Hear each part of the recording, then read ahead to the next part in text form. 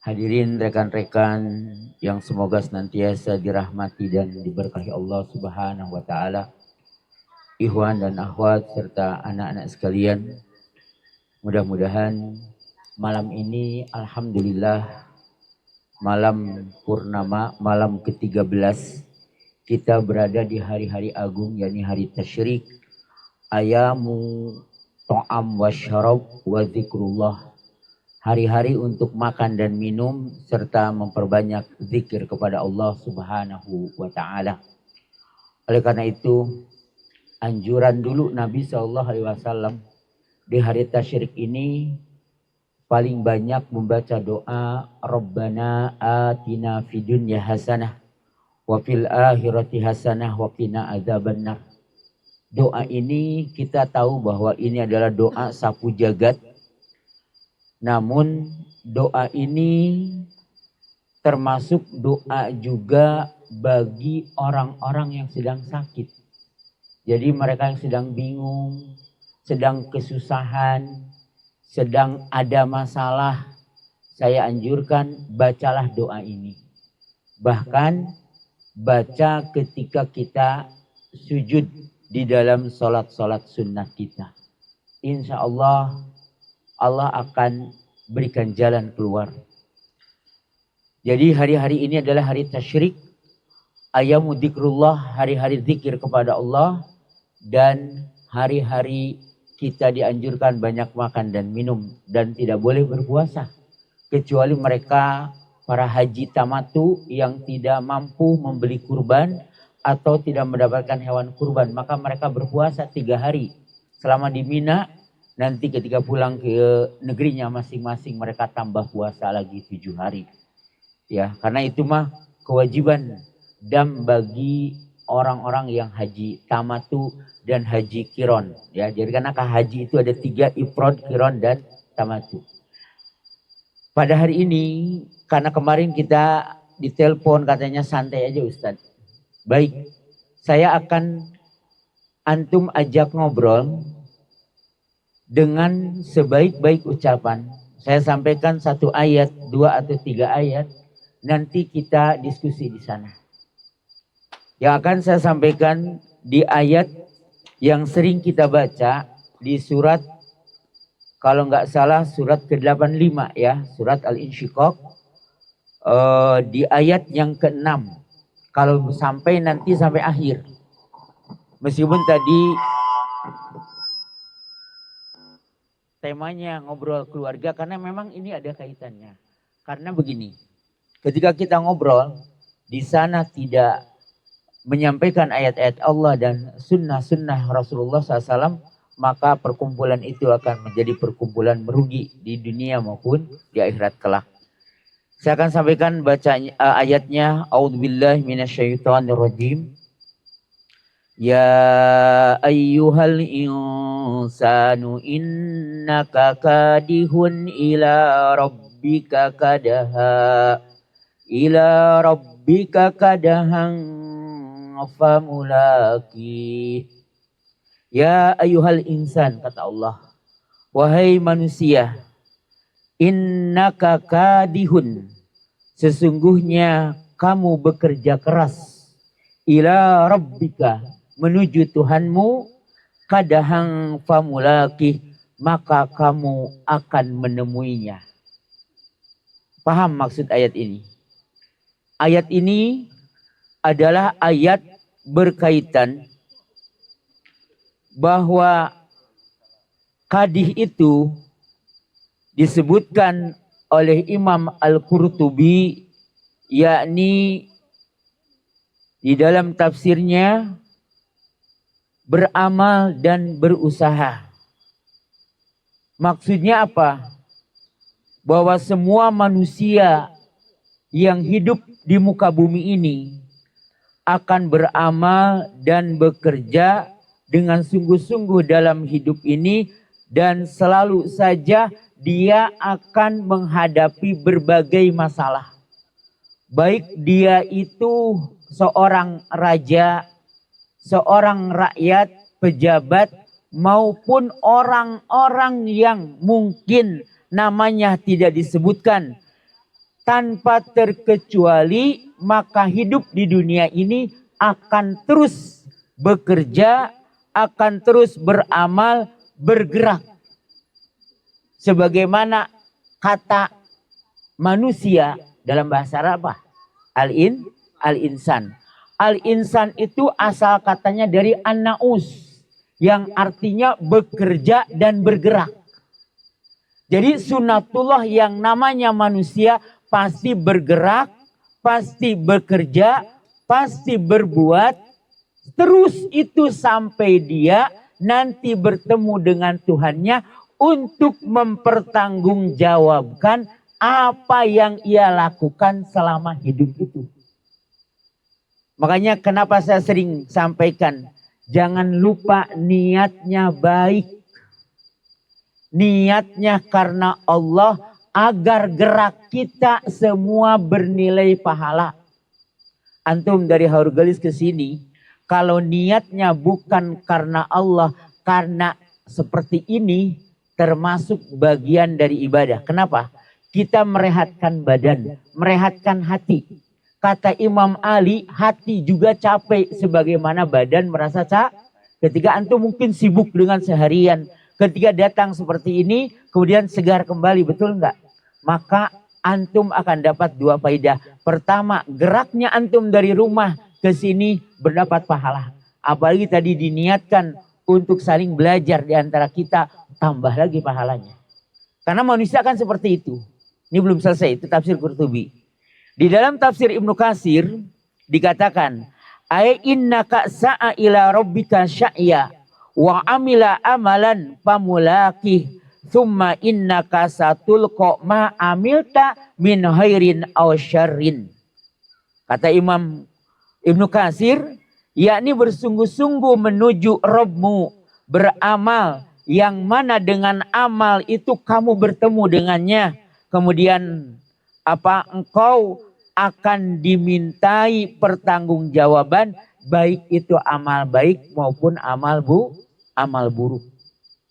Makanya satu ketika, ini ada dalam hadisnya dalam tafsir Ibnu Katsir. Dari Jabir hadisnya, Jibril berkata kepada Nabi SAW, ya Muhammad, isma' syi'ta fa innaka mayyitun.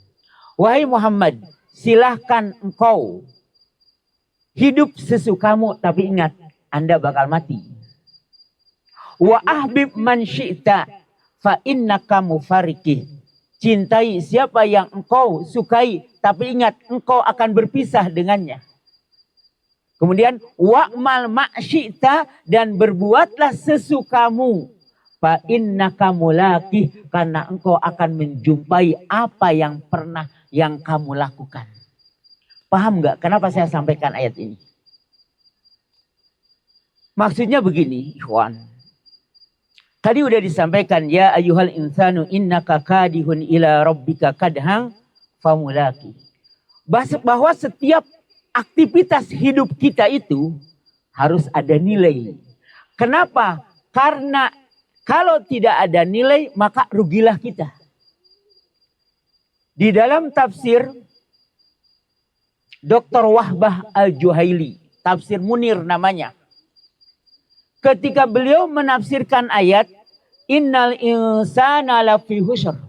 Sesungguhnya manusia itu berada dalam kerugian. Maka beliau itu bercerita, kita ini, kata umur kita ini, kayak tukang es batu. Diminum cair, dibiarkan cair. Terjual cair, tidak terjual cair. Artinya hidup kita itu kalau bernilai tetap berkurang jatah, tidak bernilai juga tetap berkurang jatah. Cuman nanti akibatnya berbeda. Ngerti maksudnya? Kenapa? Karena gini, Juan. Saya ingatkan sedikit. Kemarin saya sampaikan di Al-Furqan, bahwa Allah menciptakan kita itu untuk diuji. Betul nggak? Alladzi khalaqal mauta wal hayata liyabluwakum ayyukum ahsanu amala. yang menciptakan hidup dan mati untuk menguji kalian siapa di antara kalian yang paling baik amalnya. Kemudian di dalam surat Al-Anbiya, alladzi khalaqal khaira wa syarra fitnatan, yang menciptakan kebaikan dan keburukan sebagai ujian. Jadi ingat, kita hidup ini akan terus bergerak.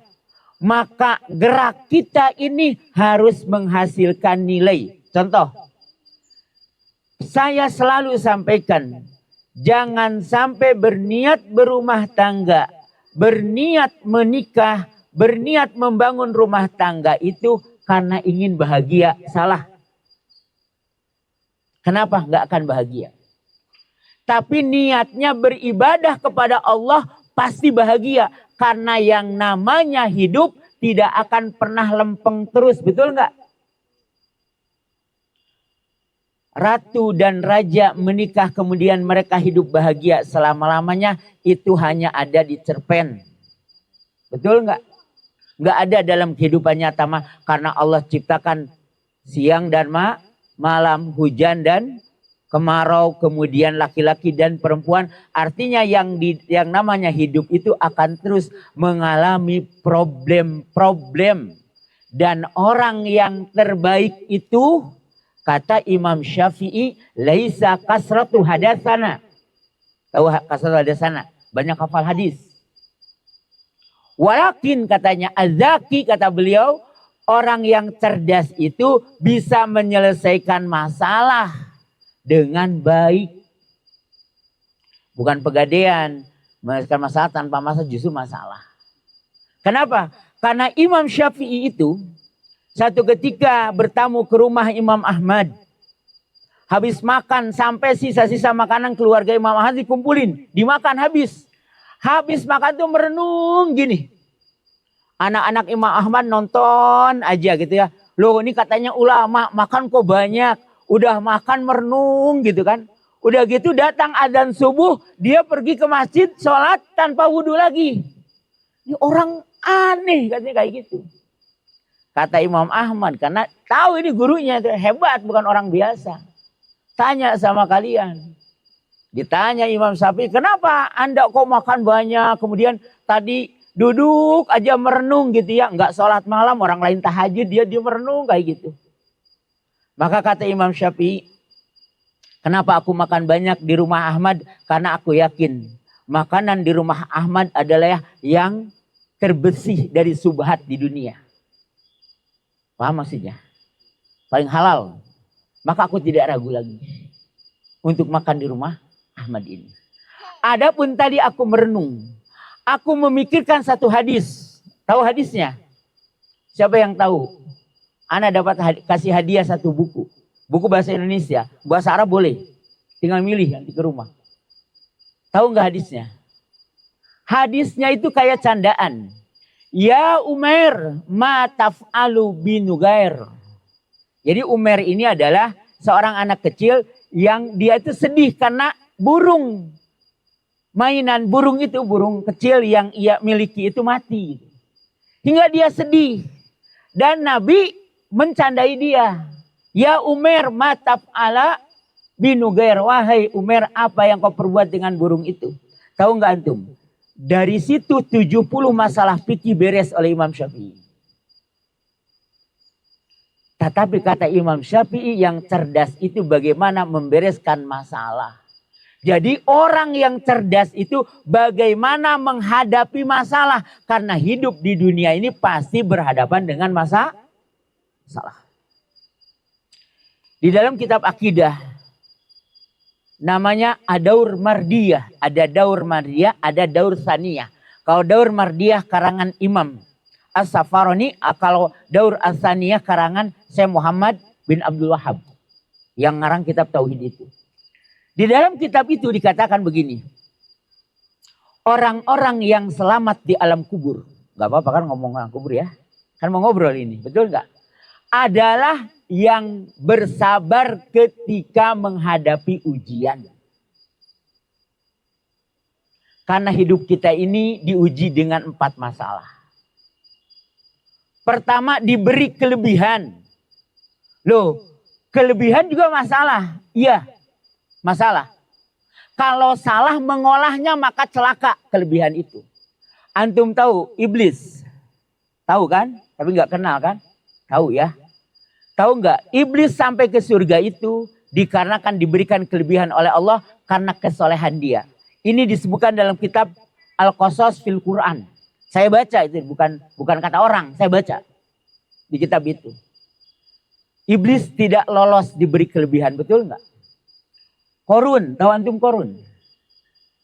Korun itu mantan ahli ibadah, tapi hidupnya miskin.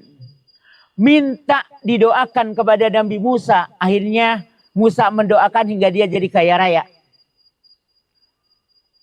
Lu nggak lulus juga diberi kelebihan. Kemudian kita akan diuji dengan kekurangan.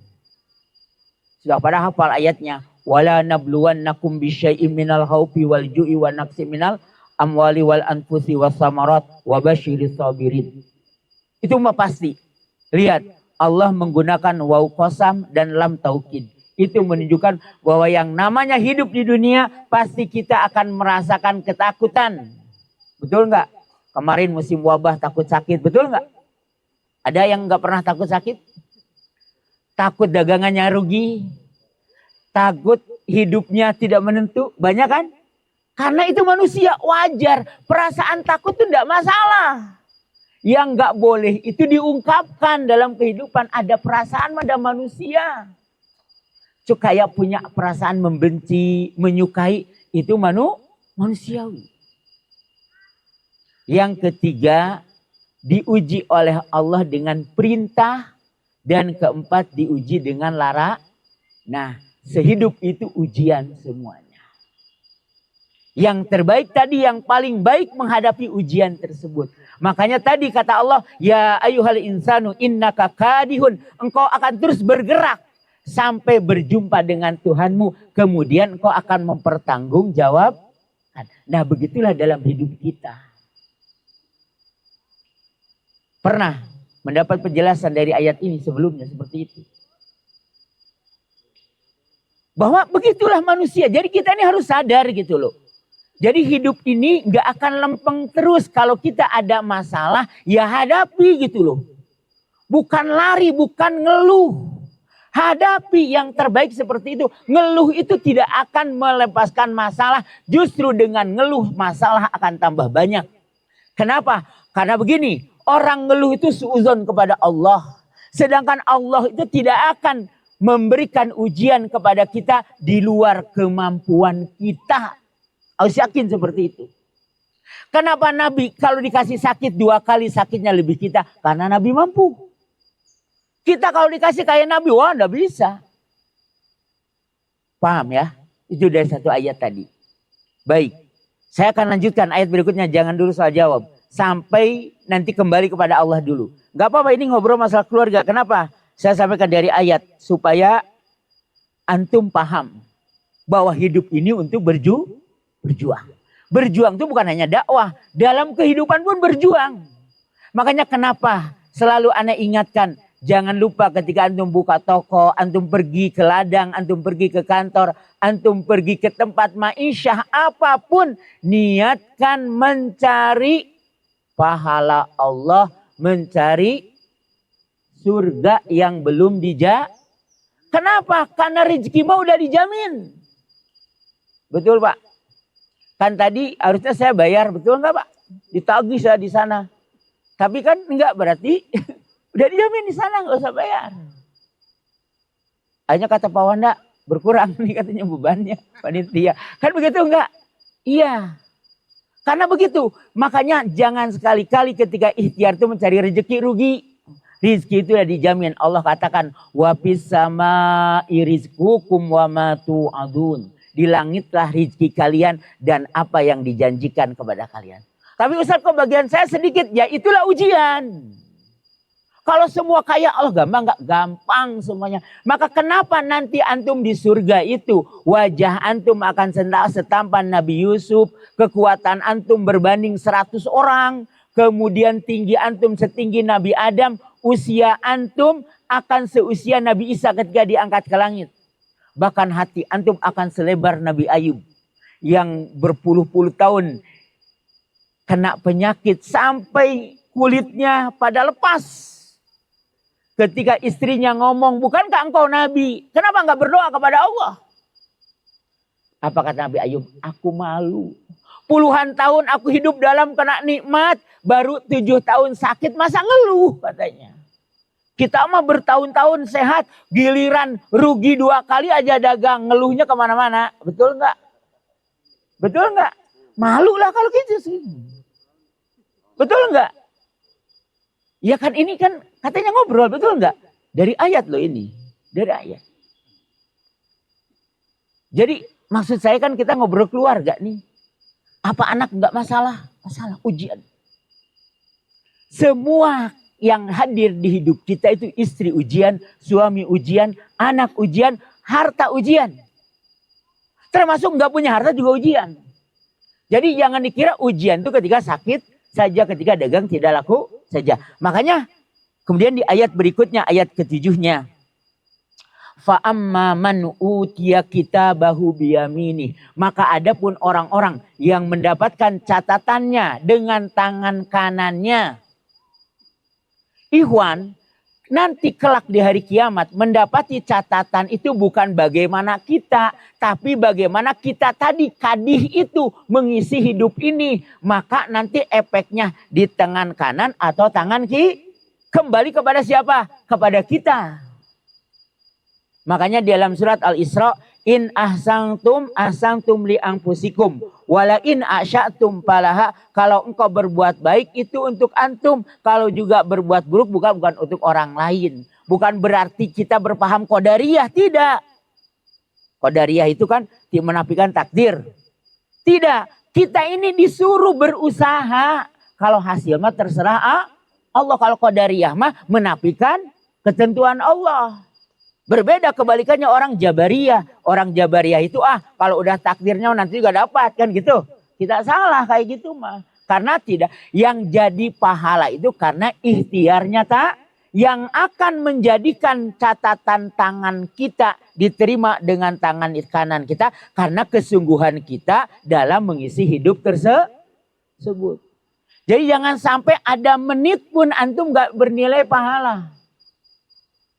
Mulai dari bangun tidur, hantar tidur. Sampai ketika antum beli baju.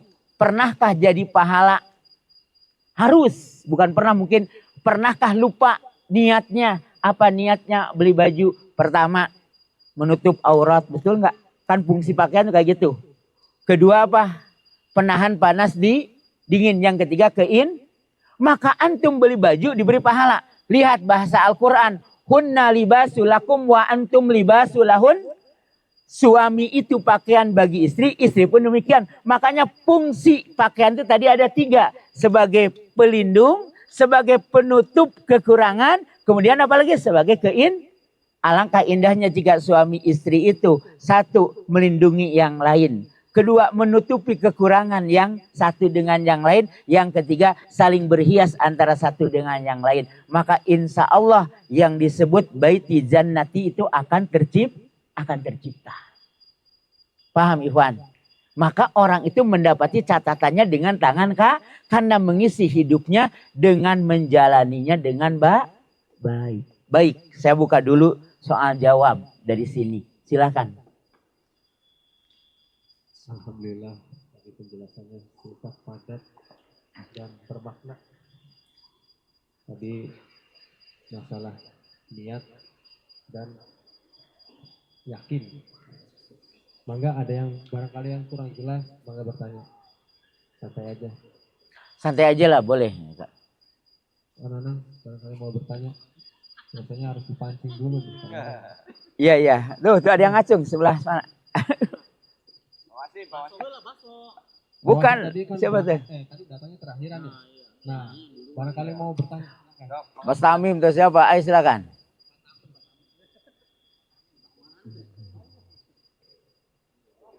Ayo Mas. Pertanyaannya bebas kalau nggak punya urusan. Tapi intinya saya tadi ingin sampaikan bahwa hidup ini untuk seperti itu gitu. Untuk berjuang gitu. Ayo silakan. Bismillah. Iya. Mungkin di luar ini Ustaz ya. Oh, boleh, buat boleh. materi tadi. Cuman gini, saya sering ikut Zoom nih Ustaz.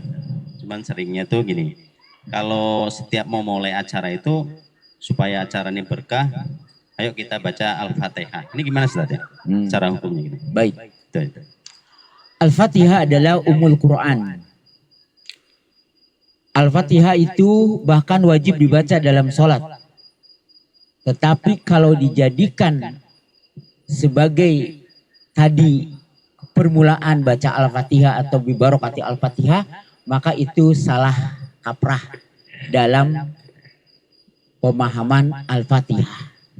Jadi Al-Fatihah itu kata Syekh Muhammad Shalih Al-Utsaimin dalam kitab Ahkamun lil Qur'anil Karim, jadi hukum-hukum dalam Al-Quran itu panjang sekali menjelaskan Al-Fatihah. Jadi yang sekarang terjadi katanya Al-Fatihah jadi penutup acara, pembuka acara. Maka yang seperti ini adalah salah kaprah menggunakan Al-Fatihah. Jadi tidak ada sunnahnya, bahkan kalau bisa itu ditinggalkan. Karena apa? Karena itu membuat sesuatu yang tidak diperbuat oleh Nabi Shallallahu Alaihi Wasallam. Dan itu tidak akan jadi kebaikan. Karena Nabi mengatakan kullu bid'atin dolalah wa kullu dolalatin finnar. Jadi setiap yang mengada-adakan dalam urusan din ini maka tidak baik. Jadi meskipun orang menganggap baik tidak usah dianggap. Dan jangan ikutan. Zoom misalkan ya, dengan biasanya orang-orang tertentu dia biar dianggap ini gitu. Maka dimulai dengan Al-Fatihah. Segalanya Al-Fatihah. Kenapa nggak dengan Al-Baqarah gitu? Kan kayak gitu. Iya seperti itu. Jadi tidak ada tuntunannya dan baiknya ditinggalkan seperti itu. Iya, tinggalkan saja. Jadi kalau orang lain baca mas, antum diam aja. Bismillah saja. Karena kalau bismillah kan ada riwayatnya. Meskipun hadisnya itu agak lemah, cuman yang alhamdulillah. Man lam ya'da bi bismillah fahuwa abtar. Siapa yang tidak mulai perkara dengan bismillah maka abtar itu hilang berkahnya. Maka meskipun hadisnya diperbincangkan ada riwayat yang lain penguat. Artinya hadis itu jika ada penguat maka dia bisa terangkat derajatnya jadi sahih li ghairihi, maka itu baik dan harus bismillah itu. Karena begini, saya katakan Imam Syafi'i kenapa? Karena begini ya, Imam Syafi'i itu contoh konkret. Beliau itu kalau punya sendal dua, kalau mau pakai sendal itu sholat istikharah dulu. Kita mah kan minimal baca bismillah aja gitu kan. Karena kalau antum baca pakai sendal nggak baca bismillah kata setan kita pakai sendal. Kalau antum pakai baju tanpa bismillah maka setan berkata kita pakai baju. Jadi bukan hanya makan harus bismillah, seluruh perkara itu dimulai dengan bismillah minimal seperti itu. Baik, termasuk tadi masuk ke sini gitu ya. Jangan lupa kita berdoa karena ini kan tempat asing baru kita di sini seperti itu ya. Baik, itu mungkin yang lain. Mungkin satu lagi nih Ustaz ya, boleh? Iya, boleh. Kita tahu keutamaan sedekah pagi misalnya ya, karena kita memang pengen dapat Doa doanya malaikat. ya. Nah, terus itu memang mesti pagi atau memang mesti gini Ustaz? Memang misal 1 bulan kita awal bulan gitu, tapi niatnya untuk pagi, ngasihnya pagi-pagi itu gimana Ustaz ya? Apa memang harus pagi-pagi terus gitu? Memang hadisnya pagi, tapi jangan dinilai sedekah itu ngasih orang saja. Ketika antum ngasih anak jajan, niatkan itu berbuat baik kepada anak itu nilai sedekah. Antum punya tulang ikan, tulang ayam ngasih kucing pagi-pagi itu bernilai sedekah, didoakan malaikat. Tidak ada kebaikan, tidak ada yang sia-sia. Makanya tadi niat pagi bukan hanya, bahkan ketika kita memberi keluarga itu nilainya lebih besar daripada memberi kepada orang miskin bahkan anak yatim. Rasul mengatakan dirhamun anfaqta alal aitam wa dirhamun anfaqta alal masakin wa dirhamun anfaqta ala ahlik fa'adamu ajra alladhi yunfiku ila ahlik. Sebesar-besarnya pahala adalah yang kau berikan kepada keluargamu. Jadi jangan lupa ibu-ibu misalkan pagi-pagi siapkan teh, siapkan kopi, niatkan berbuat baik melaksanakan perintah Allah, maka itu semua bernilai infak dan dapat doa malah. Jadi jangan dikonotasikan harus selalu memberi infak keluar. Enggak, di rumah pun bisa dilakukan. Antum punya kucing, pergi masih makan kucing juga termasuk infak. Bisa dipahami. Jadi tidak mesti seperti itu. Kadang-kadang orang memahami infak itu keluar saja, betul nggak? Ini banyak lebar. Ya makanya ini kan pernah dulu saya sampaikan di mana? Di Nur Ali itu. Bahwa ketika suami memberikan nafkah. Makanya tadi niat baik itu dijaga. Itu selain kewajiban juga bernilai pahala. Makin berat mencarinya, antum banting tulang. Berbeda dengan orang lain mungkin hanya di balik layar komputer atau di balik layar handphonenya. Dia bisa menghasilkan uang dan sekian-sekian. Tapi antum banting tulang. Maka yang Allah lihat itu bagaimana prosesnya bukan duitnya. Makin berat makanya ada hadis. Ada dosa yang tidak bisa dihapus kecuali dengan berpeluh-peluh keringat. Paham gak? Maksudnya apa? Orang Islam itu diperintahkan untuk terus beraktivitas. Untuk terus berusaha urusan hasil itu urusan Allah. Makanya tawakal itu sejak memulai. Jangan yang penting usaha dulu baru tawakal, salah. Dari awal tuh hati udah tertambat. Saya mah ikhtiar melaksanakan perintah Allah. Nanti berhasil tidak pun tetap berhusnudzon kepada yang sering tidak seperti itu karena salah niatnya. Banyak orang yang dagang kecewa. Banyak orang yang bertani kecewa karena Allah tidak dihadirkan. Dan ini rugi kalau hidup seperti itu. Karena hidup kita ini akan terus berjalan. Menuju satu fase yang kita tidak akan bisa berbuat apa-apa lagi. Mau tidak mau, suka tidak suka. Makanya di dalam tafsir Munir tadi dikatakan umur kita ini kayak tukang es batu. Terjual cair, tidak terjual juga cair. Waktu kita dipakai kebaikan habis, tidak dipakai juga habis. Jadi rugi sekali kalau yang salah niat dalam aktivitas hidupnya. Orang antum apa istilahnya? Sampai kata Nabi SAW, wa fi bud'i ahadikum shadaqah. Ketika antum mencampuri istri-istri antum sedekah. Sampai seperti itu dalam Islam. Kenapa? Karena tadi niatnya melakukan kebaikan. Paham ya? Jadi kebaikan itu bukan hanya sholat, bukan sedekah kepada orang. Termasuk di keluarga kita. Tadi makanya ketika antum memberi istri antum jangan dikomentari. Nanti hilang lagi pahalanya. Karena Allah mengatakan ya ayyuhalladzina amanu la tubtilu shadaqatikum bil manni wal ada. Hei orang-orang beriman, jangan kalian batalkan sedekah-sedekah kalian dengan celaan dan penyakitan. Antum ngasih ke anak tapi dikomentari, hilang lagi pahalanya. Ngasih ke istri tapi tuh harus cukup seminggu misalkan kayak gitu. Ngasih mah ngasih, nanti kalau ada lagi kasih lagi. Tidak akan berkurang ketika kita ngasih. Paham gak? Maka akan Allah tambah. Yakin aja seperti itu. Jangan suudzon kepada Allah. Karena yang menyampaikan datang kepada kita itu hanya Allah. Sampai yang mengizinkan kita kumpul di sini pun Allah. Kalau bukan izinnya Allah kan bisa saja diberi sakit. Diberikan urusan yang tidak beres-beres. Betul nggak? Betul Pak. Seperti itu. Saya pernah mau ngisi pengajian malah masuk ke lubang. 6 tulang saya patah ini semua. Kan tujuannya baik, betul nggak? Tetap karena semuanya juga terjadi itu izin Allah. Ada ikhwan, loh Ustaz kan mau ngaji kok kenapa celaka? Yang namanya hidup kayak gitu. Karena hidup itu untuk berjuang tidak. Makanya nggak boleh begini. Saya tuh udah ngaji tapi hidup saya susah aja. Salah, antum bakal susah selamanya. Kenapa? Karena udah suudzon kepada Allah. Kalau begitu niat ngaji antum salah. Bukan karena ibadah kepada Allah. Makanya nggak boleh ada niatan lain. Dalam kitab Tanbihul Ghafilin. Ada seorang laki-laki datang kepada Nabi SAW. Ya Rasulullah. Saya ingin bersedekah karena Allah. Tapi juga saya ingin disebut orang baik. Maka turunlah firman Allah. Faman kana yarju liqa'a rabbih falyamal amalan sholihan wala yusrik bi ibadati rabbih ahada. Pada tahu kan ayatnya. Jadi nggak boleh ada niatan-niatan lain ketika kita berbuat itu. Termasuk ketika memberi. Bahkan ikhwan. Ketika kita memberikan nafkah kepada keluarga. Itu nilainya lebih besar ketika daripada kita infak keluar. Bukan berarti kita pelit keluar juga tidak. Kita juga berbuat. Tetapi tadi. Jangan sampai yang diberikan kepada anak, kepada istri itu sia-sia. Kenapa? Karena suka dikomentari. Jadi kalau ngasih yang ngasih saja. Allah tuh gak akan lupa orang daun satu-satunya jatuh udah ada di Lauhul Mahfuz. Betul gak? Apalagi antum ngomel sama Ada nggak catatannya?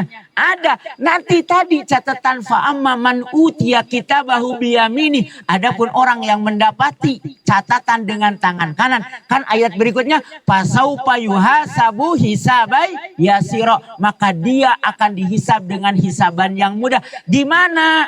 Nanti di akhirat itu hisab mudah itu karena Nabi mengatakan manukisol hisaba yuhlaku. Siapa yang didebat ketika hisab akan celaka. Aisyah bertanya, ya Rasulullah, apala yaqulullahu ta'ala, bukankah Allah ta'ala berfirman fa amma man utiya kitabahu biyamini fasaufa yuhasabu hisaba yasiro. Kata Rasulullah, dalika al-arad paman nukisal hisaba yuhlaku. Itulah pemaparan. Jadi itu nanti gini, orang yang dapat catatan dengan tangan kanan itu Allah akan berfirman begini, qad satartuka fid dunya wa ana aghfirulakal yaum. Telah aku tutupi kesalahan-kesalahanmu di dunia dan hari ini engkau dimaafkan. Bahagia enggak kayak gitu? Bahagia karena ayat berikutnya payang qalibu ila ahlihi masrura, maka dia akan kembali kepada keluarganya dalam keadaan gembira. Imam Qurtubi mengatakan dalam tafsirnya kembali kepada keluarganya dari kalangan bidadari, tapi ulama-ulama lain mengatakan kembali juga kepada keluarganya di dunia yang sama-sama masuk surga. Apa antum nggak mau nanti sama istri dan anak-anak antum di surga lagi? Di surga nanti itu wajah antum yang ini tapi tampannya setampan Nabi Yusuf. Nanti ibu-ibu itu ratunya bidadari. Bidadari itu kalah. Ibu-ibu ratunya bidadari. Kalau masuk surga. Makanya sabar dalam masalah. Kenapa beda bidadari dengan ibu-ibu di dunia? Karena ibu-ibu di dunia mengalami berbagai masalah dalam kehidupan. Kemudian mereka menjalaninya dengan baik. Maka seperti itu. Wayang dia kembali. Makanya dalam surat At-Tur, bahkan dalam surat yang lain. Saya bacakan di sini agak. Saya lupa ada di sini ayatnya sudah ditulis. Ya. Maka orang semacam itu Allah berfirman, jannatu adni yadhulunaha wa man salaha min abaihim wa azwajihim wa dzurriyyatihim wal malaikatu yadhuluna alaihim min kulli bab. Yaitu surga Aden yang mereka masuk ke dalamnya bersama-sama dengan orang-orang yang soleh dari bapak-bapaknya, istri-istrinya dan anak cucunya. Sedangkan malaikat masuk ke tempat-tempat mereka dari semua pintu. Jadi sangat bahagia sekali jika meniti kehidupan ini dengan jalan yang baik karena nanti akan mendapatkan catatan dengan tangan kanan. Paham ya? Nih, saya baru sampai sini ayatnya. Silakan ada pertanyaan lagi enggak? Saya tambahin tadi, ya.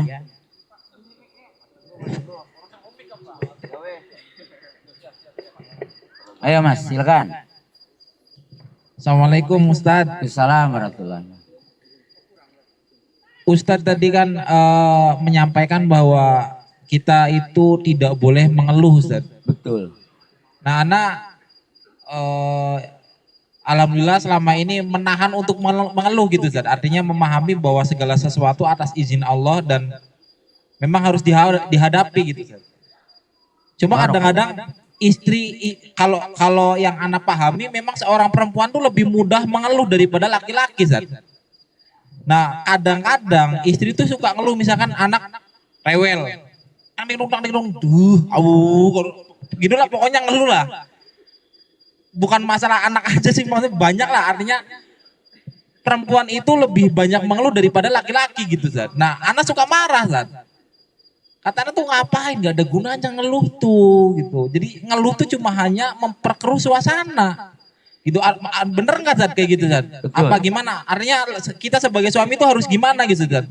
Iya, artinya jangan membiarkan ketika istri kita dalam kondisi seperti itu. Inilah yang dimaksud dakwah itu seperti itu. Yang dikatakan oleh Allah Ta'ala ilal ladina amanu wa amilus solihah wa tawassaw bil haq. Wa tawassaw bil haq itu bukan hanya di mimbar, bukan hanya ceramah, termasuk ketika melihat. Karena Nabi SAW mengatakan man ro'a minkum mungkaran. Siapa di antara kalian melihat sebuah kemungkaran, keluhan tadi kan mungkar, fal yughayyirhu biyadihi, hendak dia merubah dengan tangannya. Artinya dengan kemampuan dia. Ya kekuasaan memang. Suami itu tanggung jawab. Kenapa? Karena kelak suami itu kalau tidak membiarkan istrinya dalam kondisi seperti itu, maka antum berat di akhirat nanti. Kenapa? Karena antum akan ditanya tentang mereka. Termasuk istri. Istri nanti ketika dihisab itu akan dihadirkan suaminya.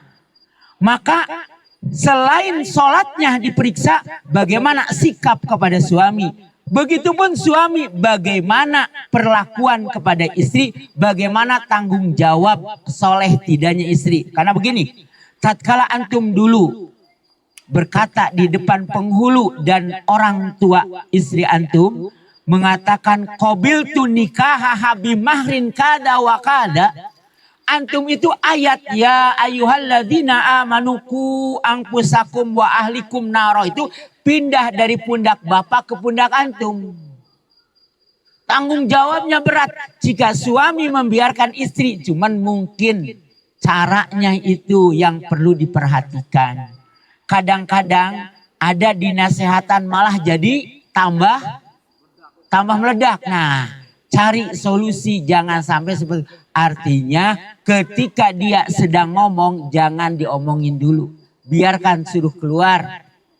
Nanti juga sudah tenang baru bicara baik-baik.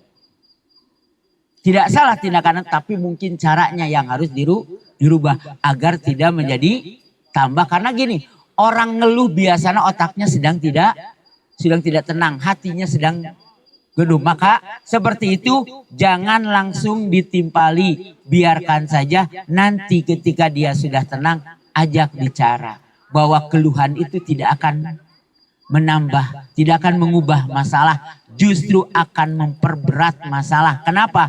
Karena dengan mengeluh berarti orang itu sudah bersuudzon kepada Allah. Jadi jangan dianggap loh, anak kita itu bukan ujian. Mungkin dengan sebab anak itu kemudian dia bersabar, orang itu dia masuk surga gara-gara anak tersebut. Kenapa? Karena beratnya ngurus anak. Memang makanya gini ya, ini tolong. Biasanya kalau di masyarakat umum, kalau marahin anak itu sampai istighfar, betul nggak? Nah ini apa hubungannya marahin anak dengan istighfar? Ya. Jadi jangan sampai seperti itu. Ya, jadi gunakanlah nasihat-nasihat yang baik. Kalaupun mau istilahnya ditegur dengan ucapan yang baik, tetapi jangan sampai diistighfari. Karena bukan tepatnya, harusnya bilangnya subhanallah anak soleh, kan gitu. Doakan saja tetap. Kenapa?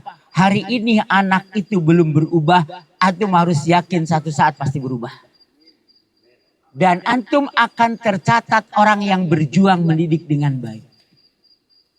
Karena anak itu adalah investor mahal, maka ujiannya pun berat.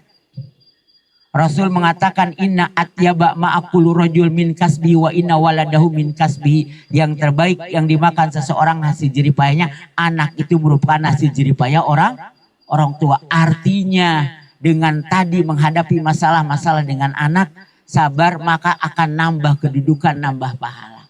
Dan jangan lupa kalau sudah seperti itu istri biarkan kemudian berdoa, antum ngadunya ke langit. Jangan diceritakan istri antum ngeluh aja ke orang lain.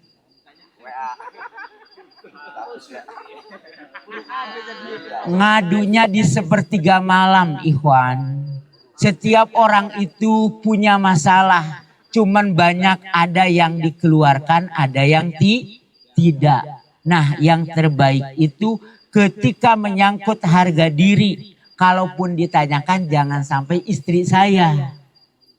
Seperti kalau kita pernah punya salah masa lalu.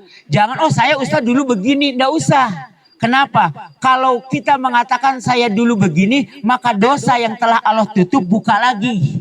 Karena Rasul mengatakan kullu ummati mu'affa ila mujaharah. Setiap umatku akan dimaafkan kecuali mujaharah. Siapa mujaharah? Udah ditutup, dibuka-buka lagi. Nah itu jangan. Sudahlah nggak apa-apa karena Allah itu maha pemaaf. Harus yakin antum. Allah itu maha pemaaf. Allah sendiri yang mengatakan kulli ibadiyalladzina asrafu ala anfusihim la taqnatu mir rahmatillah innallaha yaghfiru dzunuba jami'a. Selama orang tuh masih hidup, masih rahmat Allah itu terbuka. Jangan pernah, oh dia mau udah nggak ada harapan, itu perkataan buruk. Jangan. Tetap doakan dan doakan. Seapa hebat apapun masalahnya, seberat apapun dan yang lain, ngadulah ke langit. Apalagi di hari-hari istimewa seperti hari ini. Banyak memohon kepada Allah Ta'ala. Ya, karena begini Ikhwan. Saya ingatkan lagi dengan satu hadis Nabi. Satu ketika Nabi SAW mendengar sahabat yang mengatakan la haula wa la quwata illa billah. Meskipun kemarin di Al-Quran saya sampaikan, mungkin ada yang tidak mendengar, saya sampaikan di sini. Kemudian Nabi bertanya kepada sahabat tersebut, hal tadri ma huwa tafsiruhu? Apakah kamu tahu apa tafsir dari kalimat tersebut? Maka laki-laki ini mengatakan Allahu wa rasuluhu a'lam. Allah dan Rasulnya yang lebih tahu. Kata Nabi SAW, kita tidak bisa berbuat baik kecuali karena rahmat Allah. Dan kita tidak bisa menghindar dari keburukan kecuali rahmat Allah. Artinya yang dibutuhkan adalah rahmat. Yang terbaik agar rahmat Allah itu datang, husnuzonnya kepada Allah, perbaiki bahwa kita ini sedang menghadapi ujian dalam hidup. Paham ya? Semua manusia menghadapi masalah yang kan tadi dikatakan. Ya ayyuhal insanu innaka kadihun ila rabbika kadham famulakinaka, hasil ujian tersebut nanti akan tertulis di dalam catatan itu yang kita akan menerima. Apakah dari tangan kanan atau tangan kiri? Naudzubillah min dzalik, jangan sampai. Bahkan wami wara'a dhahri, dari belakang punggungnya. Naudzubillah min dzalik. Nanti saya jelaskan ayat itu. Karena ini berkaitan dengan tadi hadis tersebut. Insya Allah ayat ini tuh sesuai dengan nanti fenomena apa istilahnya kehidupan kita. Saya akan jelaskan sampai akhir ayat ini. Itu berkaitan dengan kehidupan. Baru sampai tadi. Orang yang mendapatkan catatan itu akan dikumpulkan di surga. Kan kita mau masuk surga semuanya, betul Mbak? Dan semoga kita masuk surga insya Allah. Ya. Baik Iwan, itu Mas. Jadi artinya kalau anak nakal atau sesuatu yang tidak kita inginkan terjadi kemudian diistighfari, nggak boleh. Bukan di Iya. Jadi itu kan bukan bentuk istighfar kepada Allah, tapi kekecewaan. Itu zikir kecewa dan itu tidak benar. Zikir itu amalan yang agung Ikhwan. Zikir itu salah satu datang rahmat Allah, diantaranya banyak berzikir. Jadi jangan sampai disalah tempatkan. Ketika kecewa dengan anak, kecewa dengan istri, kalimat zikirnya kan beda kan? Dari roman mukanya juga beda. Ya bilang subhanallah. Jadi bukan kebaikan ya Tan, kalau Bukan kebaikan. Ya Allah, astagfirullahaladzim Mas Dede. Istighfar Mas Dede. Ustaz Afwan, satu lagi Ustaz. Iya boleh. Tapi rada tegang pertanyaannya gitu. Mas Ewang gak boleh bisa gemuyu lah pokoknya. Jadi gini Ustaz, kita bersosialisasi dengan teman-teman, dengan ikhwan, dengan banyak kelompok, dengan banyak golongan. Artinya tidak bisa dipungkiri masing-masing golongan menyatakan saya yang benar. Terkadang juga cenderung menyalahkan yang lain gitu Zat. Anak kan mengalami semua ini Zat. Mengalami semua ini. Nah kemudian terkadang anak berpikir, apakah saya boleh tidak termasuk dari salah satu bagian ini, karena kita hidup kan berdasarkan Islam ya Zat. Apakah kita boleh tidak termasuk dalam salah satu dari sekian banyak ini gitu Zat. Kemudian kalau misalkan boleh, bagaimana patokan-patokan gitu Zat. Bagaimana track yang harus kita jaga untuk selamat di dunia ini gitu Zat. Gitu aja Zat. Dan di akhirat mungkin. Iya sampai akhirat gitu maksudnya Zat. Nabi pernah bersabda, alaikum bisunnati wa sunnati hulafai ar-rasyidin al-mahdiyin adu alaiha bin nawajid. Hendaklah kalian memegang sunnahku dan sunnah hulafa ar-rasyidin. Jadi Dengan siapa kita berkumpul, bergaul, selama mereka mengikuti itu. Kenapa? Karena begini. Rasulullah SAW mengatakan, la yadkhulul jannah man kana fi qalbihi misqala dzarratin min kibrin. Tidak akan masuk surga siapa yang ada dalam hatinya setitik kesombongan. Kemudian ada sahabatnya Rasulullah, si fulan ini kalau pakai sendal juga bagus, pakai baju juga bagus. Maka Nabi mengatakan, innallaha jamilun yuhibbul jamala. Allah itu indah, menyukai keindahan. Walakin al-kibru batrul haqqa wa ghamtun nas. Yang disebut sombong itu menolak kebenaran dan meremehkan orang lain. Jadi selama itu kebenaran, nggak boleh berkata, oh itu tidak satu manhaj. Nah itu hati-hati, kenapa? Khawatir dia tuh gulu merasa sudah benar. Padahal mungkin saja orang lain yang benar, kan begitu. Jadi hidup kita ini begini, Wan. Antum tahu Abdurrahman bin Auf? Anak-anak sering suka berkisah itu, betul nggak? Ini ceritakan nih. Dengarkan Abdurrahman bin Auf. Yang sekali infak itu 1000 ekor unta. Antum tahu 1000 ekor unta itu berapa? 1 ekor unta itu 45 juta. Itu unta minimal yang bisa dipakai dam. 45 juta rupiah kalau sekarang uangnya. Kali 1000 berapa? Abdurrahman bin Auf itu kalau makan, kalau berkumpul nggak kelihatan mana tuan, mana pegawai. Saking hidupnya sederhana. Satu ketika sedang makan dengan dengan pegawai-pegawainya, makanannya lembut. Mungkin kayak kita makan apa? Bolu gitu ya, lembut. Pokoknya yang enak lah kayak gitu ya. Abdurrahman bin Auf ini nangis. Nangis terisak-isak. Kemudian ditanya, kenapa Anda menangis wahai Abdurrahman? Beliau mengenal, adalah Mus'ab. Dia lebih soleh dari kita. Dia lebih baik dari kita. Tapi tidak pernah merasakan ini. Bahkan ketika dia terbunuh di Uhud, dikafani dengan selimut yang bolong-bolong, istilahnya yang tambal-tambal. Kalau ditutup kepalanya, kakinya terlihat. Kalau ditutup kakinya, kepalanya terlihat. Kemudian Mus'ab ini ditutup oleh daun izhir. Izhir namanya.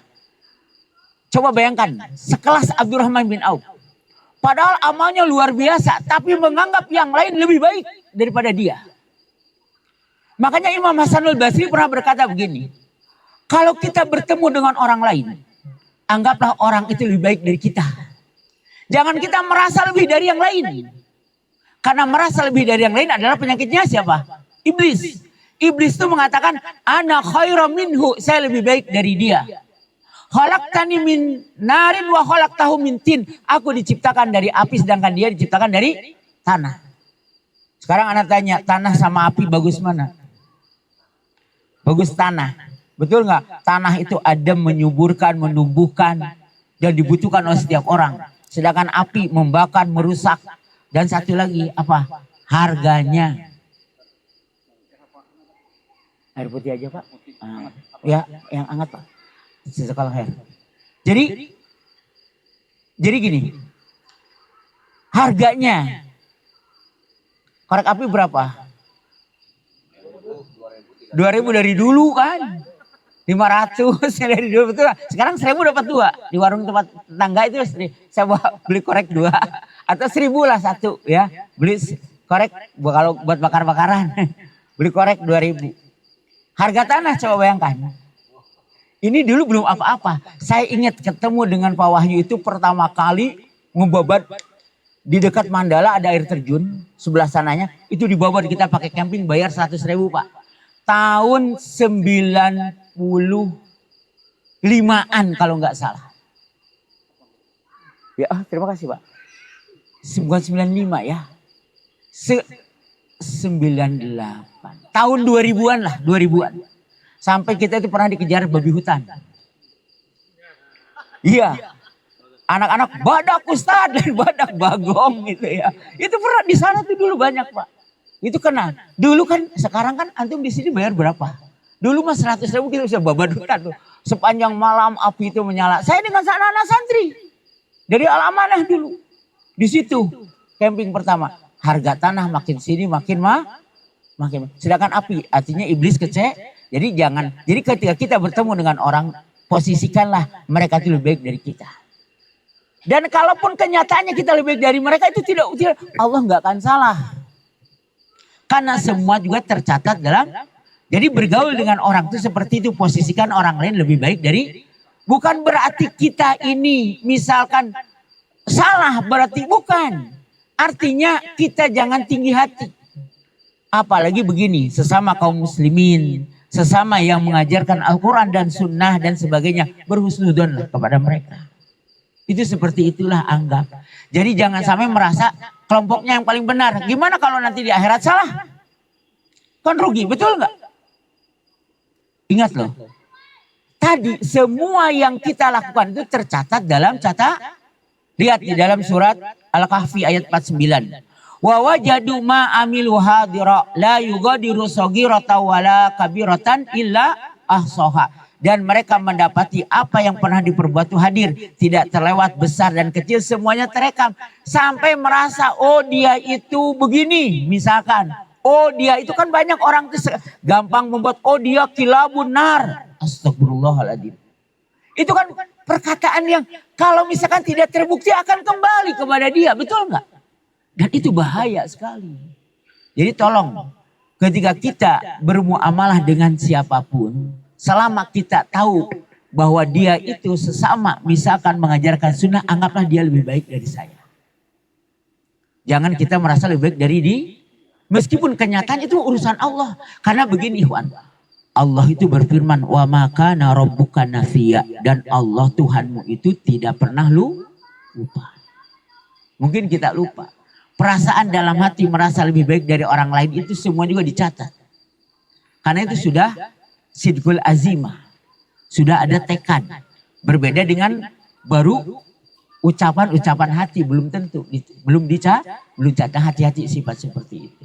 Kecuali kalau kita tahu bahwa dia itu misalkan penyembah kubur, dia itu peminta kepada orang mati dan sebagainya. Ya kita katakan itu orang itu, kita lebih dari mereka, nggak apa-apa itu. Karena jelas orang itu berbuat syirik dan itu tidak diuzur dengan kebodohan. Lihat antum kitab Al-Haqa'iq fit Tauhid. Tolong kalau bisa baca kitab ini. Sudah ada terjemahnya. Ya, hakikat-hakikat tauhid yang ditulis oleh Syekh Ali, siapa saya lupa lagi. Pokoknya ulama Saudi yang nulis kitab ini. Jadi hati-hati seperti itu. Itu mungkin Mas. Jadi sikap antum tetap harus berhusnuzon kepada orang lain. Bergaul dengan setiap orang tidak apa-apa. Kecuali jangan sampai bergaul antum terpengaruhi buruk. Makanya lihat kita berteman dengan siapa. Karena begini. Imam Ibnul Jauzi pernah mengislamkan 70.000 Yahudi. 70.000 Pak, bukan sedikit. Ya, tapi beliau itu pernah berkata begini. Kalau engkau tidak mendapati aku nanti di surga, carilah aku ke neraka. Saking tawadunya Imam Ibnul Jauzi. Padahal beliau itu mengarang buku juga nggak kehitung karangan bukunya itu. Sampai Imam Ibnul Jauzi itu sampai ngarang buku candaan tapi tidak bohong Pak.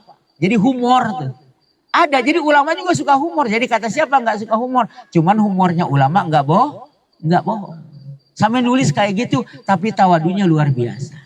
Jadi jangan sampai kita ini merasa sudah pasti masuk surga, jangan. Justru kita itu berharap saja kepada Allah untuk menyelamatkan kita, menolong kita seperti ini. Jangan merasa karena orang kalau sudah merasa benar nanti nggak mau nerima nasihat dari orang lain, apalagi misalkan di luar kelompoknya. Dan ini tidak boleh. Makanya kata Allah, kullu hizbim bima ladaihim farihun. Setiap kelompok itu bangga. Makanya kita haruslah jadi hizbullah, kelompoknya Allah. Siapa hizbullah itu? Yang mengikuti apa kata Allah dan Rasul. Kan Nabi sudah mengatakan, alaikum bisunnati. Kemudian dalam riwayat yang lain, taraktu fikum amroini. Aku tinggalkan kepada kalian dua hal. Lam tadillu, tidak akan tersesat inta masuk bihima, jika kalian berpegang teguh dengan keduanya. Seperti itu. Jadi pokoknya, tetapi ketika pemahamannya benar, ya harus hati-hati juga kalau pemahaman salah. Makanya tadi yang saya sampaikan itu tafsir dari para ulama. Jadi nggak sembarangan. Kita itu baca kitab tafsir, kalau kita baca semua harus bawa banyak kitab tafsirnya. Ya kita diringkas saja karena ini dengan ini saling berkaitan. Baik, paham.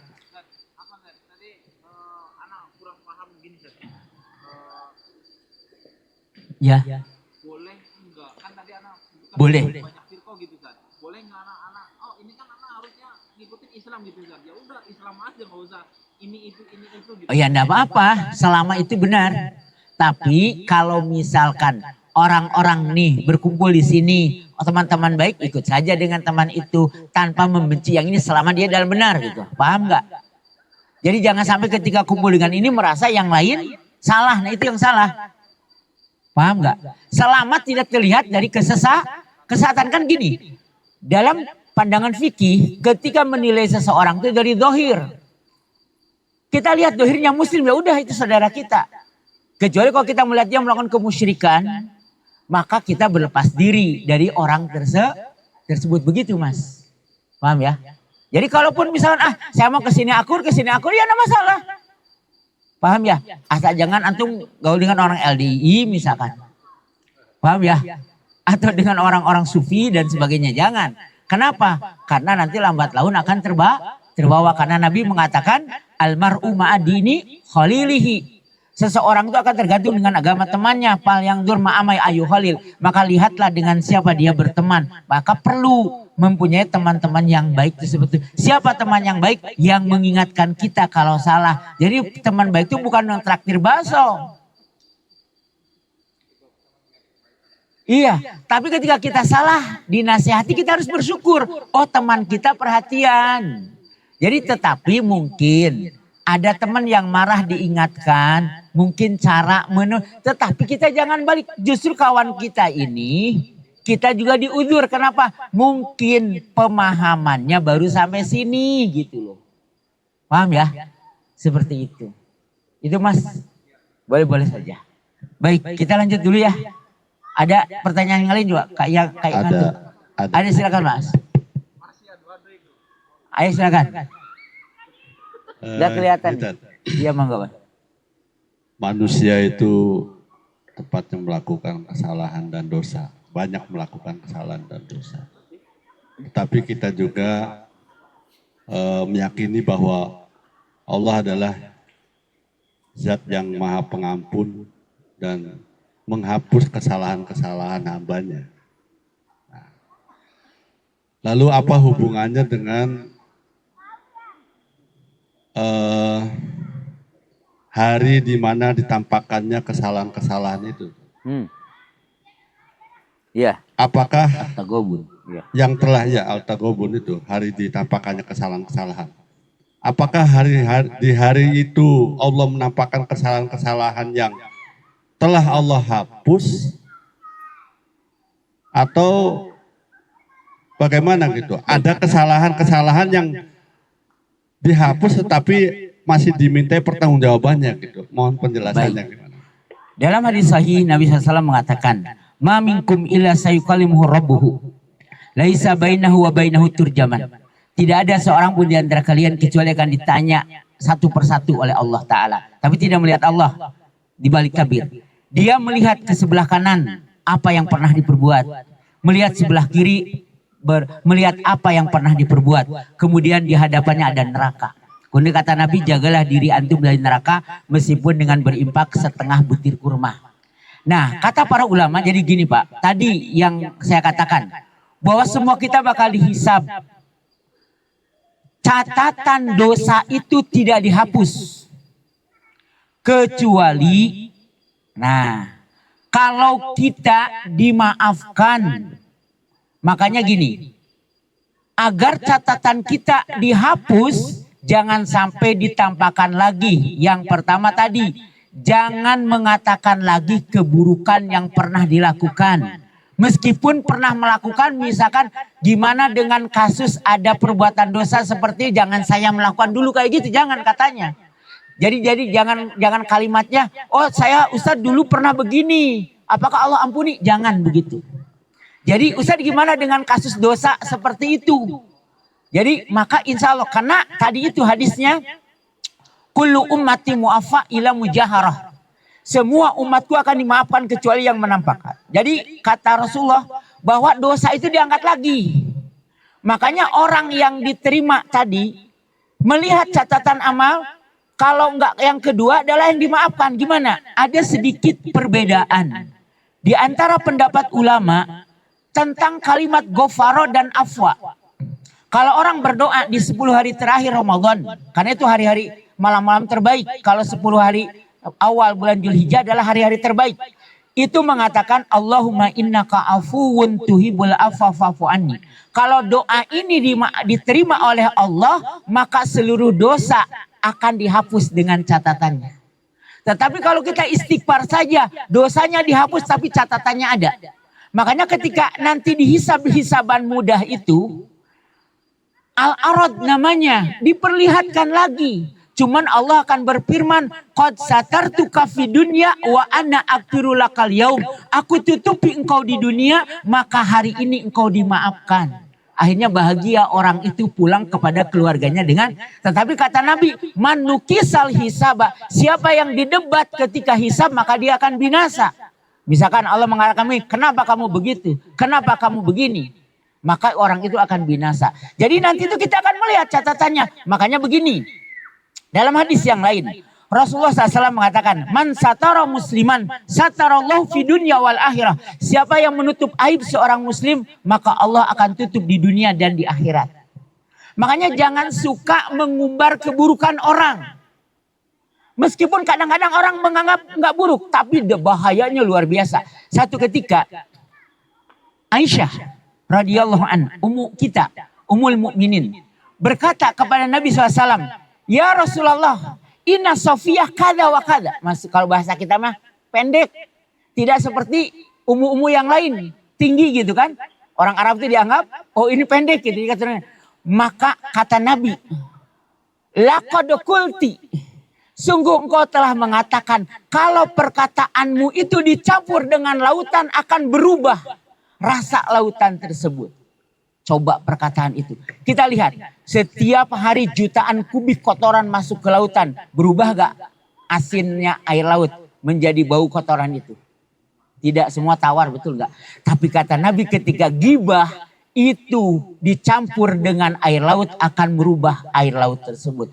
Artinya apa? Di sini peringatan ketika kita melihat kekurangan orang, keburukan orang, jangan dia, kecuali kalau keburukannya orang yang ngajak kepada keburukan.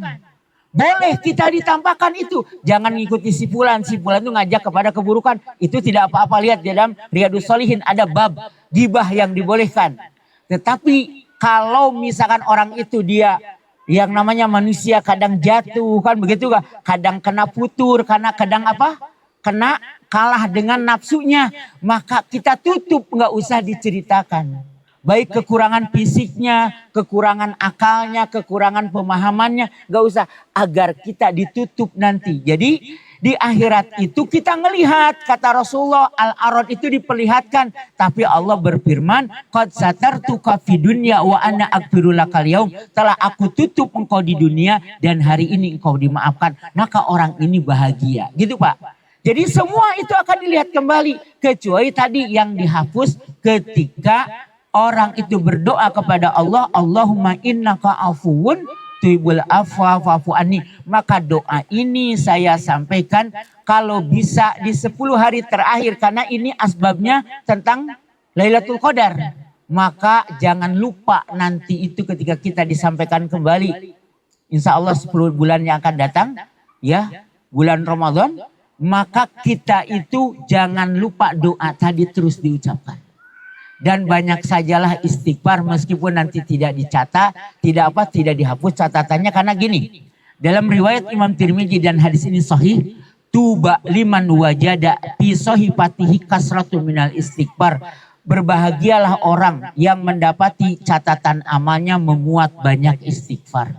Jadi artinya tadi yang ditanyakan oleh Pak Ansor, bahwa amal itu memang ditampakkan.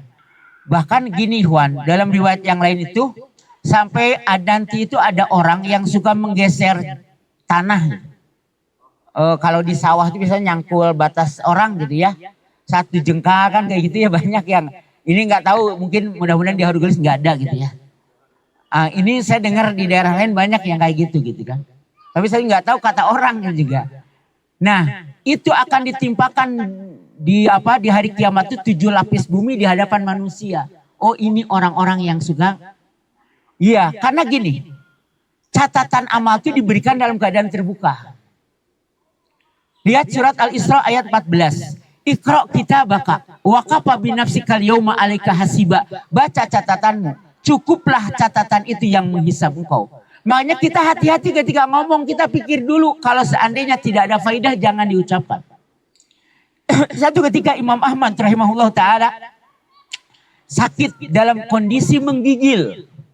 Beliau ditengok oleh Ibnu Kaisan, ulama hadis dari Yaman. Ulama ini hanya bergumam begini. Innal malaikata kataba kulla syai' hatta arinil marid. Sesungguhnya malaikat mencatat segala sesuatu sampai rintihan orang sakit. Maka seketika itu Imam Ahmad diam. Tidak merintih lagi padahal sedang sakit parah. Kenapa? Karena khawatir rintihannya itu memperberat timbangan keburukannya. Itu orang hati-hati. Makanya di sini penting kita memahami tentang akhirat. Kenapa sahabat itu hidupnya lurus? Karena mereka itu selalu terngiang akhirat di mata mereka. Satu ketika Abu Bakar datang kepada Nabi SAW. Ya Rasulullah, ketika kami bersama engkau, seolah-olah surga itu di lupuk mata kami, neraka itu di depan kami gitu ya. Saya serasa dekat gitu. Maka Nabi mengatakan begini. Kalau keadaan kalian, tetapi ketika, satu lagi kalimatnya. Ketika kami pulang di rumah kadang-kadang suka lupa akhirat itu. Kadang-kadang jauh ketika kami sibuk dengan dunia. Maka Nabi berkata, kalau kondisi kalian seperti dengan aku dimanapun kalian berada, malaikat akan menyalami kalian. Tapi perlahan-lahan ya Abu Bakar. Perlahan-lahan artinya kita ini beramal itu terus semampunya kita terus sampai kita menghadap Allah Ta'ala. Jadi seperti itu, makanya perlu kita kesungguhan. Makanya tadi saya di awal niatkan jangan ada 1 menit pun yang terlewat dari hidup kita tidak berpahala. Sampai kita minum kopi, silahkan selama halal itu tidak apa-apa. Niatkan untuk menguatkan badan, niatkan untuk menyehatkan, maka semuanya akan jadi pahala. Seperti itu. Itu Pak, jadi semuanya akan ditampakkan. Makanya agar kita ditutup, maka tutuplah aib orang lain. Kemudian yang kedua, agar kita ditutup oleh Allah, banyaklah beristighfar kepada Allah. Mudah-mudahan yang baik itu lebih banyak daripada yang buruknya. Karena begini Wan, mau tidak mau nanti di hari kiamat itu selain dibagi catatan, maka akan ada timbangan amal. Timbangan amal itu untuk menyatakan keadilan Allah bahwa tidak ada satupun yang dizalimi. Karena begini, balasan keburukan cuma 1, sedangkan balasan kebaikan itu 700 kali lipat sampai berlipat-lipat. Tergantung waktu, kondisi, dan yang lainnya. Seperti hari ini, kita ngaji hari ini pahalanya lebih besar daripada 2 bulan yang akan datang. Bulan depan masih bulan haram, ini bulan haram. Apalagi sekarang di hari tasyrik, pahalanya lebih besar. Begitupun amal-amal lain ketika dilakukan di hari-hari keutamaan. Kadang ada, kemudian ada utama itu ketika di tempat. Contoh, kita sholat sekali di haram, di Masjidil Haram, di Makkah. Itu setara dengan 100.000 kali kita sholat di Masjid Al-Furqan. Artinya 1 kali sholat di sana berbanding berapa tahun? 3 tahun di sana gitu kan. Seperti itu. Artinya itu ada tambahan-tambahan itu di tempat-tempat atau waktu-waktu yang ini gitu. Yang terpenting tadi kita isi hari-hari kita itu jadi bernilai agar kelak ketika kita mendapati catatan dengan tangan kanan. Baik kita mendidik anak, ngurus anak, berkeluarga, kemudian berdagang, berteman, apapun harus jadi ladang pahala. Dan jangan pernah meremehkan. Mungkin saja kita ini nanti mungkin anak itu diselamatkan sama antum nanti di akhirat. Betul. Jadi jangan sampai. Karena antum tidak tahu keburukan anak. Kalau seandainya keburukan itu berbau, mungkin antum tidak mau tahu sama anak. Nah seperti itu gitu. Jadi kita bersyukur. Jadi jangan sampai tetapi apa? Jangan sampai kita ini meninggalkan poin-poin yang wajibnya gitu loh. Jadi semuanya jadi pahala. Contoh gini. Perbaiki akidah kita. Contoh akidah itu termasuk sikap, cara pandang kita, husnuzon kita kepada Allah. Karena hari ini banyak orang belajar tauhid rububiyah, tapi tidak yakin Allah yang membagi rezeki. Buktinya apa? Ketika ada orang dagang dengan dagangan yang sama merasa tersaingi. Itu nggak benar pemahaman rububiyahnya.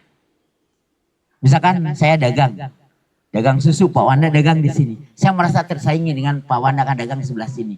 Itu orang nggak yakin Allah yang bagi rezeki. Belum benar belajar tauhid rububiyahnya. Arab itu, lihat Nabi Ibrahim mengatakan, ya, alladzi huwa yut'imuni wa yaskin, dialah yang memberikan aku minum dan memberikan aku makan. Kalau saja seandainya bukan izin Allah, air ini nggak akan masuk ke tenggorokan kita, betul nggak? Coba antum sekali-kali masuk IGD.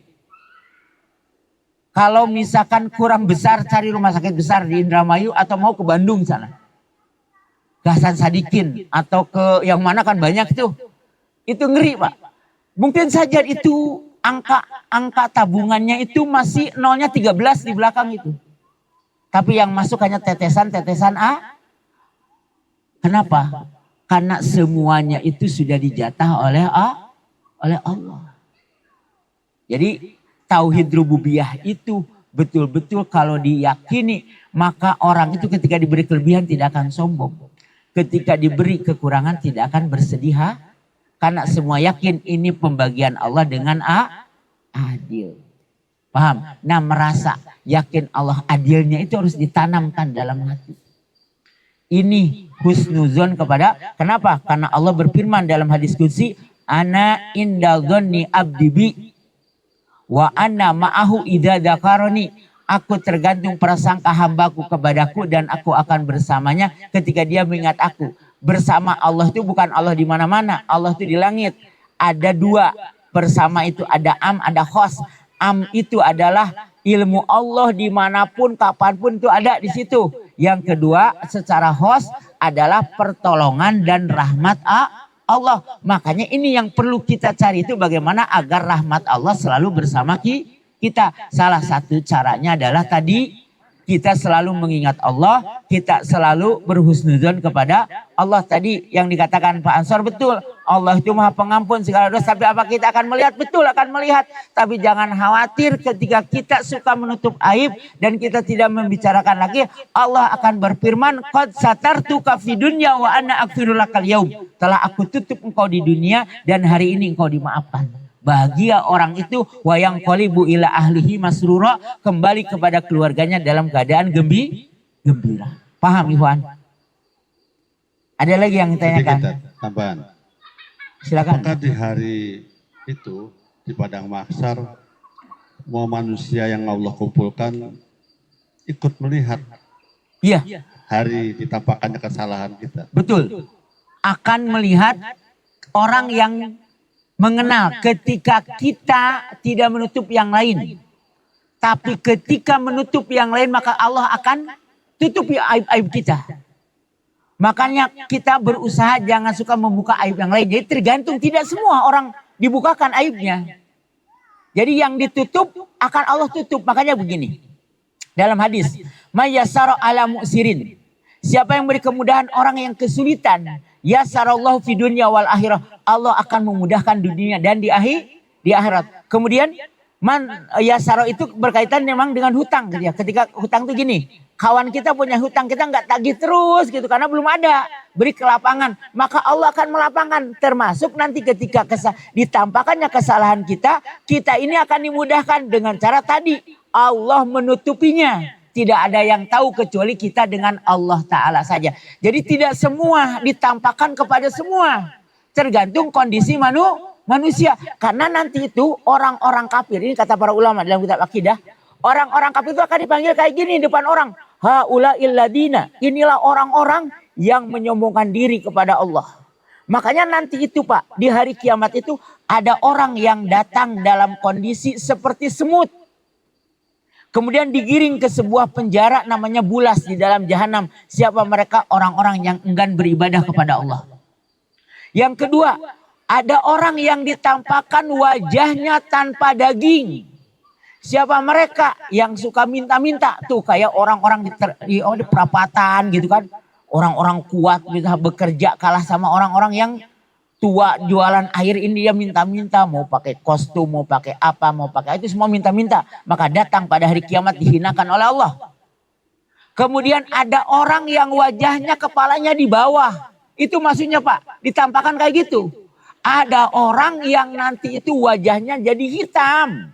Meskipun di dunianya putih. Bahkan ada orang yang wajahnya buta, nggak bisa melihat. Sebagaimana Allah firmankan, waman a'rada an dzikri fa inna lahu ma'isatan dongka. Siapa yang berpaling dari Al-Qur'an maka baginya kehidupan yang sempit. Hidup sempit itu bukan nggak punya harta, tapi dia hidupnya selalu keluh kesah, selalu kurang, selalu tidak nyaman. Bahkan tidak hanya itu, wa nahsyuruhu yaumal qiyamati a'ma, akan kami kumpulkan pada hari kiamat dalam kondisi buta. Dia akan protes, Rabbi lima hasyartani a'ma wa qad kuntu basira. Wahai Rabbku, kenapa engkau kumpulkan aku dalam keadaan buta, sedangkan dulu ketika aku di dunia melihat. Apa kata Allah? Kadzalika atatka ayatuna. Begitu ketika datang ayat-ayat kami, panasitaha, engkau melupakan, wa kadzalika yauma tunsa, maka hari ini engkau dilupakan. Itu maksudnya. Jadi ditampakkan oleh Allah nanti itu, yang hari ini berpaling nanti itu buta. Yang hari ini enggan beribadah nanti itu seperti ini. Yang hari ini tukang minta-minta maka hari ini seperti itu gitu loh. Itu yang maksud ditampakkan. Kalau catatan orang beriman itu nanti insya Allah dijaga. Meskipun terbuka. Maka tidak semua orang lihat. Tergantung apa yang Allah kehendaki. Kalau kita dimaafkan maka Allah memaafkan, menutup aib tersebut. Makanya agar kita ditutup. Jangan suka umbar aib orang. Salah satunya kayak gitu. Paham Pak ya? Jadi at-taghabun itu tidak semua manusia. Bisa dipahami Pak? Hari ditampak, hari ditampakkan seperti itu. Baik, seperti itu. Karena tadi juga Pak, ada yang sampai wajahnya hitam juga ada. Kan kata Allah, al-yauma tajawadul wujuh wa taswadul wujuh, hari yang memutih. Makanya kenapa nanti orang beriman itu wajahnya kayak Nabi Yusuf. Kayak gimana sih Nabi Yusuf? Gantengnya luar biasa gitu kan. Iya istilahnya. Kenapa? Nah itu jadi terlihat oleh balasan seperti itu gitu. Makanya gini Iwan. Kenapa tadi kita kalimatnya dari kadih itu? Karena kita ini akan mendapati apa yang kita perjuangkan hari ini. Yang kita lakukan ini tidak akan kemana-mana, kembali kepada kita. Makanya tadi an-naus, asal kata manusia itu asalnya bergerak. Nah bergeraknya kita, berbuatnya kita harus bernilai di sisi Allah. Agar nanti kita mendapati catatan dengan tangan kanan. Paham ya? Dia akan jadi lebih baik dari sebelumnya. Karena Allah Ta'ala berfirman, hal jazaul ihsani ilal ihsan. Tidak ada balasan kebaikan kecuali kebaikan. Jadi kalau orang misalkan nih, habis Ramadan, maka dia lebih baik daripada sebelum Ramadan. Iya, habis berkurban, maka tergambar dari sikapnya itu. Tambah baik, tambah tawadhu, bukan berarti merasa diri lebih baik dari orang lain. Itu tanda orang di amalnya diterima seperti itu. Jadi jangan sampai merasa saya lebih baik dari yang lain. Hati-hati. Iya Mbak. Ada lagi enggak? Masih ada waktu ya? Jam 9 Pak Wanda katanya mau pamitan. Ya enggak apa-apa Pak. Iya silakan. Ini kajiannya mau gimana? Saya terserah antum mau anak sampai jam 11 guys. Ngobrol santai silakan. Jadi biar enggak ngantuk, biar enggak tegang. Ya, yang lain. Tapi maaf ya, saya sampaikan ayat ini supaya menyeluruh loh gitu maksudnya. Jadi permasalahan dengan keluarga, permasalahan apapun itu masuk ke situ akhirnya nanti tercatat dalam catatan amal. Tergantung kita mau ngisi catatan tuh kayak gimana gitu loh. Ayo silakan mungkin Mas Bu maaf. Masih mau bertanya? Pertanyaan bebas lah. Bebas. Pananang ayo silakan.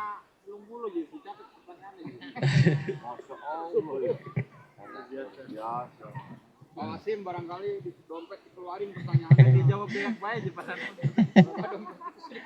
Bismillah, Assalamualaikum Ustaz. Assalamualaikum. Ada beberapa pertanyaan yang Iya, dan saya bagi beberapa tema ini aja lah. Satu dulu ya. Iya. Karena ini Idul Adha kurban, saya nanya tentang kurban dulu. Pertanyaan pertama, nanti lanjut pertanyaan berikutnya. Ini kan sudah cukup banyak website yang menyediakan jasa yang menyediakan kurban online kan. Ya, yang katanya sih dikirimkan ke Papua, pedalaman, Nusa Tenggara, bahkan ada juga mungkin ke Timur Tengah. Bukan ke Timur Tengah mungkin, daerah konflik. Ya, Kalau itu daerah Saudi konflik di nggak Palestina, Suriah dan sebagainya. Pertanyaan sederhana, gimana cara ngeceknya Tan kalau kita mau berkurban dengan media seperti itu? yang terpercaya. Yang pertama seperti itu, yang keduanya, apakah memang konsepnya itu tidak mesti berkurban hari itu dagingnya Dihabiskan hari didagingkan itu. atau memang ada jeda waktu? Baik. Misalkan dibuat kornet atau sebagainya. Ya. Itu pertanyaan pertama. Tan. Satu-satu dulu ya, kita jawab ya. Jadi gini, kalau kita berhubungan dengan tadi yang online-online itu memang kita harus lihat dulu track recordnya. Lihat orang-orang yang di dalamnya siapa. Jadi saya juga berhubungan dengan orang-orang yang bekerja di Suriah, di mana, maksudnya berhubungan itu gini, kadang menyalurkan gitu. Lewat itu, kenapa? Karena kantornya ada di Antapani, di Bandung, dan dia terpercaya. Serta pendirinya itu dulu teman di Mahad. Ketika tahun 95. Ya teman di pondok. Cuman dia sekarang diriin pondok di Afghanistan. Gitu ya. Jadi istilahnya udah internasional dia makan kayak gitu ya. Nah jadi kita tahu track recordnya baru kita ini. Jadi cek saja orang ini betul nggak. Karena memang banyak juga hati-hati gitu ya. Tetapi kalau kita misalkan sudah yakin benar. Kalau mereka menyalahgunakan, maka nanti pertanggungjawabannya di hadapan Allah, kita tetap dapat pahala kurban. Itu yang pertama. Yang kedua, apakah boleh mungkin tadi kurban tidak dihabiskan hari ini? Boleh. Asalnya memang dilarang. Kenapa? Karena waktu itu kesulitan. Kan sekarang ini kalau misalkan kenapa murah online itu kan ada yang 1,5 juta, betul nggak? Karena itu hewannya di India dan di Australia. Sedangkan di Australia itu diambil bulunya, daging domba murah. Daging domba impor itu di Bandung harganya 100.000 kurang. Paling mahal 100.000 1 kilo. Kalau di pasaran kan 160. Di Bandung 100.000 itu kalau impor dari Australia, makanya harga dombanya murah. Nah mereka dibuat kornet. Saya dulu pernah dapat dikasih sama teman dari ITB, dia ngasih saja ini mau nggak kornet kurban. Saya nyoba gitu kan kornet domba. Nah kalau misalkan itu tujuannya agar tersebar. Bukan tersebar di kelompoknya saja gitu, tersebar ke seluruh kaum muslimin yang membutuhkan, itu tidak apa-apa. Kenapa? Karena begini, itu pemanfaatan teknologi. Paham ya? Asal hewan yang dikurbankannya benar. Kalau mereka menipu, maka di hadapan Allah dosanya lebih besar daripada nipu biasa. Karena mengatasnamakan ibadah. Jadi intinya boleh digitukan, karena Nabi tidak melarang. Dulu asalnya melarang. Jangan sampai ditunda. Ketika sahabat sudah subur, maka kata Nabi taruh saja, disimpan untuk waktu yang lama. Kan kalau kata Imam Ibnu Qayyim, kalau zaman dulu itu mengawetkan pakai madu Pak, daging itu bisa bertahun-tahun. Nah, sekarang kan madunya juga kadang-kadang mahal ya. Jadi masalahnya kita kan sekarang lebih mudah, ada freezer dan sebagainya. Iya. Kita Pak kalau lagi banyak di pondok itu motong itu bisa sampai setahun Pak makan daging kurban. Iya kalau sekarang sedikit, kemarin 2 ekor sapi sama 3 ekor domba. Sapi juga nggak gede-gede, jadi ya paling juga berapa bulan habis gitu. Anak-anak gitu ya.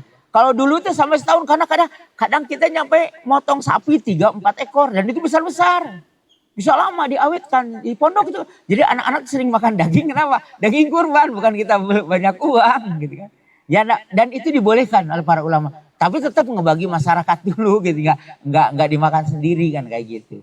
Jadi seperti itu gitu. Jadi tidak apa-apa Pak yang kayak gitu. Terus baik. Pertanyaan lanjutan dan tentang kurban juga. Mohon sedikit pencerahannya agar sedikit lebih detail tentang kepanitiaan di kurban. Ini kasusnya sih mungkin kasus apa yang pernah saya alami. Jadi dalam kepanitiaan itu cukup membingungkannya karena ada beberapa memang pemahaman yang belum masuk, semisalkan karena yang ngasih kurban nggak ngasih uang tambahan misalkan tadi operasional. Akhirnya ada beberapa bagian yang kemudian akhirnya jadi diambil bagian dijual. Terus yang kedua juga misalkan yang ahli motongnya itu minta jatah kepalanya gitu. Ya ukurannya mungkin lebih besar dibandingkan yang lain. Nah, hal-hal yang kayak gini yang mungkin khawatir saya pemahamannya juga tidak detail sempurna dan pada saat menjelaskan saya pun juga khawatir ada kesalahan. Jadi mohon sekali lagi pencerahannya Tan. Jadi pada saat mekanisme di kurban itu panitia juga dan juga yang memberikan kurban harus bagaimana Tan? Baik. Harusnya untuk panitia itu ada biaya untuk pengolahan. Karena tidak boleh mengambil biaya daripada hewan tersebut. Itu jadi tidak sah kurbannya. Hadisnya dari Ali.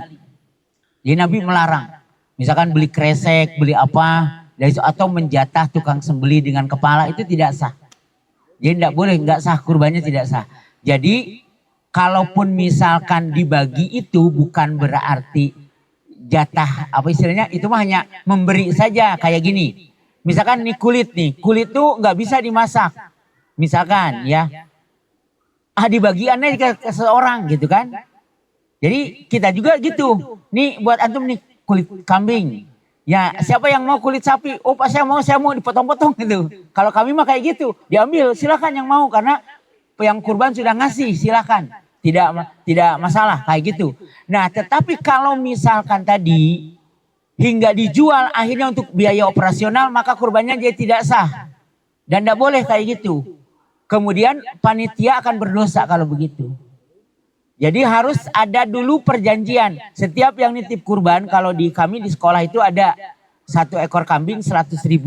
Kalau misalkan sapi per orang 100.000. Jadi dari 1 ekor itu 700 biaya operasionalnya. Nah itu dipakai untuk makan siang, dipakai untuk biaya air dan yang lain-lainnya. Termasuk kalau ada sisa itu dibagikan kepada panitia. Kalau di sekolah kita seperti itu tidak apa-apa kayak gitu. Jadi jangan sampai memotong daripada hewan kurbannya tersebut. Ya, gitu. Dan ini harus dijelaskan. Berbeda kalau begini misalkan. Kan orang kurban itu boleh ngambil 1/3 bagian. 1/3. Kemudian jatah dia misalkan, oh jatah saya kepala. Gak apa-apa sama kaki. Plus pahanya 1. Ambil semua. Gitu kan. Ada yang kayak gitu Pak. Ya mangga aja. Menguncitkan ternyata. Ya silakan gitu kan. Nah terus dibagiin ke orang tuh. Ini hadiah buat yang motong. Bukan upah ya. Ini upah saya kasih 200.000 misalkan. Ini hadiah enggak apa-apa kayak gitu. Ngasih lagi. Tidak apa-apa. Kalau tadi saya jatahnya ini. Maka itu tidak sah kurbannya. Dosa kayak gitu panitia kalau begitu.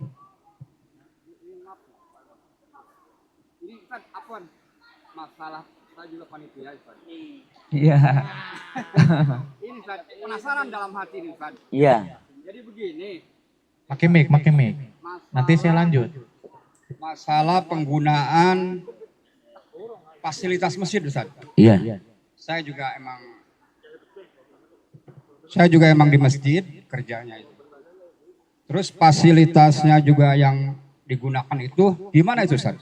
Contoh membersihkan apa sih? Kotoran. Bekas. Contoh ya. Pakai air dari masjid. Itu gimana Ustaz? Tidak apa-apa. Karena gini. Fungsi kalau masjid itu kan kalau masjid itu milik Allah bukan milik perorangan. Meskipun dibangun oleh perorangan. Karena ayatnya begini. Wa anal masajida lillah. Bahwa masjid-masjid itu milik Allah. Gak boleh dikuasai oleh merasa dia milik masjid dia. Nah ketika fasilitas masjid itu dipakai untuk kebaikan. Tadi air dan sebagainya, maka insya Allah orang-orang yang membangun masjid, orang-orang yang berinfak di masjid itu tetap dapat kebaikan-kebaikan. Aman saja. Insya Allah. Jadi jangan sampai begini ya. Ketika ada orang misalkan contoh gini. Ada orang mau ke kamar mandi. Ditarif gitu kan. Suka ada masjid kayak gitu. Nah orang kayak gini nggak paham. Nggak boleh kayak gitu. Kalau ditarif paling ngasihnya 2.000. Kalau nggak tarif mungkin aja 200.000. Betul nggak? Masukkan celengnya. Betul nggak? Nah banyak orang yang tidak paham masalah ini. Karena ibadah kepada Allah bukan hanya sholat. Termasuk memfasilitasi kebutuhan orang. Sampai Nabi SAW bersabda begini. Engkau membantu saudaramu sehari. Menunaikan kebutuhannya. Itu lebih baik daripada iktikaf 40 hari di Masjid Nabawi. Kita tahu ibadah di Masjid Nabawi. Satu kali sholat senilai 1.000 kali. Kalau Masjidil Haram 100.000 kali. Ini 1.000 kali. Tapi kata Nabi ketika membantu kebutuhan kaum muslimin. Itu lebih baik daripada itikaf selama 40 hari. Siapa yang kuat itikaf 40 hari di Masjid Nabawi? Dan saya yakin lama-lama mah bosen di Masjid Nabawi teh. Betul. Maksudnya bosen teh yang balik gitu kan. Dan teh bala-bala di situ. Iya. Ayah mahal Pak sareal. 3.500 kecil, kadang 2 real. Yang Arab bala di itu kan beda yang diurang. Ya artinya kan gitu. Jadi tidak. Artinya insya Allah. Jadi ketika fasilitas itu untuk ibadah. Kecuali nih. Kalau misalkan ngecas HP untuk kebutuhan pribadi harus izin dulu. Kalau masjid tidak mengizinkan jangan. Karena itu kebutuhan. Kecuali kalau misalkan untuk kajian, untuk apa, sarananya dipakai, insya Allah itu dalam fisabilillah. Kalau HP sendiri kan mungkin pakai main game, betul nggak?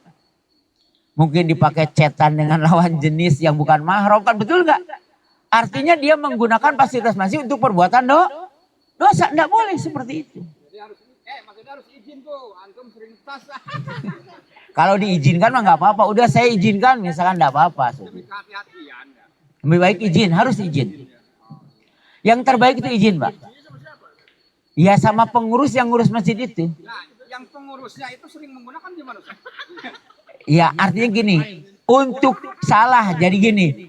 Makanya tadi, kalau sepakat semua pengurus masjid itu boleh menggunakan itu enggak masalah. Kenapa? Karena itu kalau yang jadi masalah gini, orang tanpa izin. Kecuali kalau orang tuh butuh ngecas, enggak masalah. Mungkin saja mau menghubungi keluarganya, mungkin dia sedang terputus di jalan dan sebagainya. Jadi kita tidak semua ratakan, jadi adab saja izin itu. Karena jadi gini ya, orang itu tidak akan dikatakan bersyukur kepada Allah ketika tidak berterima kasih kepada manusia. Jadi adab itu akan terlihat ketika dia izin, ikut ke air. Kan enggak mas, sebenarnya mesti dibolehkan, betul enggak? Pasti kan alangkah baiknya kalau seperti itu. Gitu. Ya udah enggak apa-apa, berarti halal. Udah ya, mamanya itu mungkin ya. Ada lagi Mas? Oh enggak apa-apa. Itu tandanya imannya hidup. Jadi kalau orang nggak takut aman-aman aja itu berarti sudah mati hatinya. Iya Pak. Lanjut pertanyaan Tan. Ya. Ini tentang kepanitiaan. Alhamdulillah tadi udah dapat ilmu lebih dalam lagi. Ini tentang kepanitiaan juga. Kalau yang dimintakan penyembelihan kurban itu pribadi mungkin ada upahnya Tan. Karena mayoritas juga begitu di tempat saya. Nah ini di masjid nih ada kepanitiaan. Yang jadi masalah nih ada sebagian yang dapat amplopnya. Jadi dapat duitnya lah, duit upah. Sebagian lagi enggak. Nah sebenarnya yang saya ingin tanyakan batasan kepanitiaan ataupun batasan yang dapat upah itu seperti apa? Jadi gini, itu disepakati dulu siapa nanti yang berbuat ini buat ini dalam satu kepengurusan itu. Dan boleh mengupah, jangankan ngurus kurban. Orang ngurus mayit aja boleh diupah. Di Saudi itu Pak, itu nggak ada yang ngurus di rumah. Semuanya ke tempat pengurusan dan itu dibayar Pak. Saya punya kawan 2 tahun di Saudi kerjanya ngurus mayat. Sehari itu banyak gitu. Berarti kalau di misalnya di masjid nih Tan, Heeh, kepanitiaan, heeh. itu kalau ada panitia, apakah dibayar semuanya panitia itu? Tergantung Atau ya. memang- Kalau misalkan dibayar baik. Makanya tadi ada administrasi. Jadi ada admin setiap yang nitip hewan kurban, ada adminnya sekian.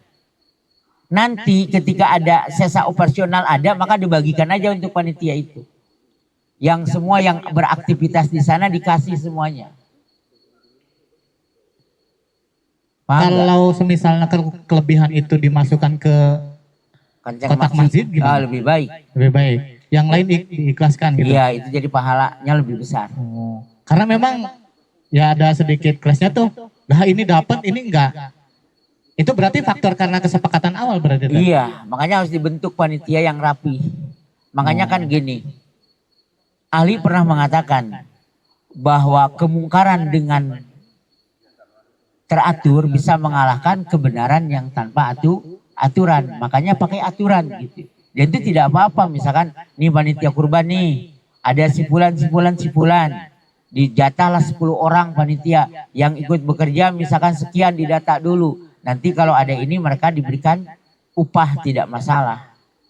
Jangan upahnya dikasih daging, tidak boleh. Daging mah itu mah pemberian kurban saja, seperti itu. Seperti gini, jangan sampai panitia kurban tuh ngambil daging kurban tanpa seizin daripada mudohinya atau orang berkurbannya. Itu tidak boleh. Dipakai masak, misalkan buat makan siang, itu dosa, itu tidak boleh. Nah itu salah satunya Mas Tan. Iya, nggak boleh seperti itu. Kecuali kalau misalkan yang berkurban menyerahkan nih bagian saya untuk masak aja, enggak apa-apa. Diambil sepertiganya, dipakai masak, itu tidak apa-apa. Karena tapi dia jangan ngambil lagi, kan udah diserahkan. Kalau yang, iya, kalau semisal kan gini Tan, hewan kurban itu kan dagingnya sudah tercampur. Nah apakah memang izinnya itu harus semuanya mengizinkan atau perwakilan saja? Ini dimasak misalkan, karena udah kecampur kan. Harus ini, tanya dulu semua pengurbannya. Oh tetap harus ada izin dari awal. Iya, izin dari awal, nggak boleh langsung ambil. Kecuali kalau ada perusahaan, misalkan ngasih kurban, boleh itu dipakai makan siang, karena itu bukan kurban. Kurban yang wajib itu harus perorangan, bukan nama perusahaan. Harus perorangan, juga orang kurban itu harus muslim. Kalau orang kafir ngasih kurban, terima, bukan kurban. Itu dipakai makan siang. Kan halal, ada kambingnya mas sapinya halal, betul nggak? Nggak boleh mengharamkan. Langsung boleh dimasak, karena itu bukan kurban. Yang nggak boleh itu ngambil tanpa izin tadi. Oh walaupun adatnya mungkin kebiasaannya begitu, tetap harus Tidak boleh harus itu. izin. Tan. Harus bukan itu, bukan hak dia. Ini mah karena udah ngizinin dah biasanya. Oh nggak boleh. bahasa begitu. Harus ditanya orangnya, nggak boleh berkata pasti ngizinin, nggak boleh. Karena biasanya komando itu ada di Panitia. ustadznya, panitianya gitu. Iya nggak boleh kayak gitu. Gitu Tan. Jangan mendahului karena khawatir, karena gini. Harus ingat sabda Nabi SAW. Allah munabata min suh an-naru ulabihi. Daging yang tumbuh dari yang haram. Artinya kalau bukan hak kita jadi haram. Maka nerakalah tempat kembalinya. Bahkan di dalam kitabnya Imam siapa saya lupa lagi ya. Tapi ada kalimatnya begini.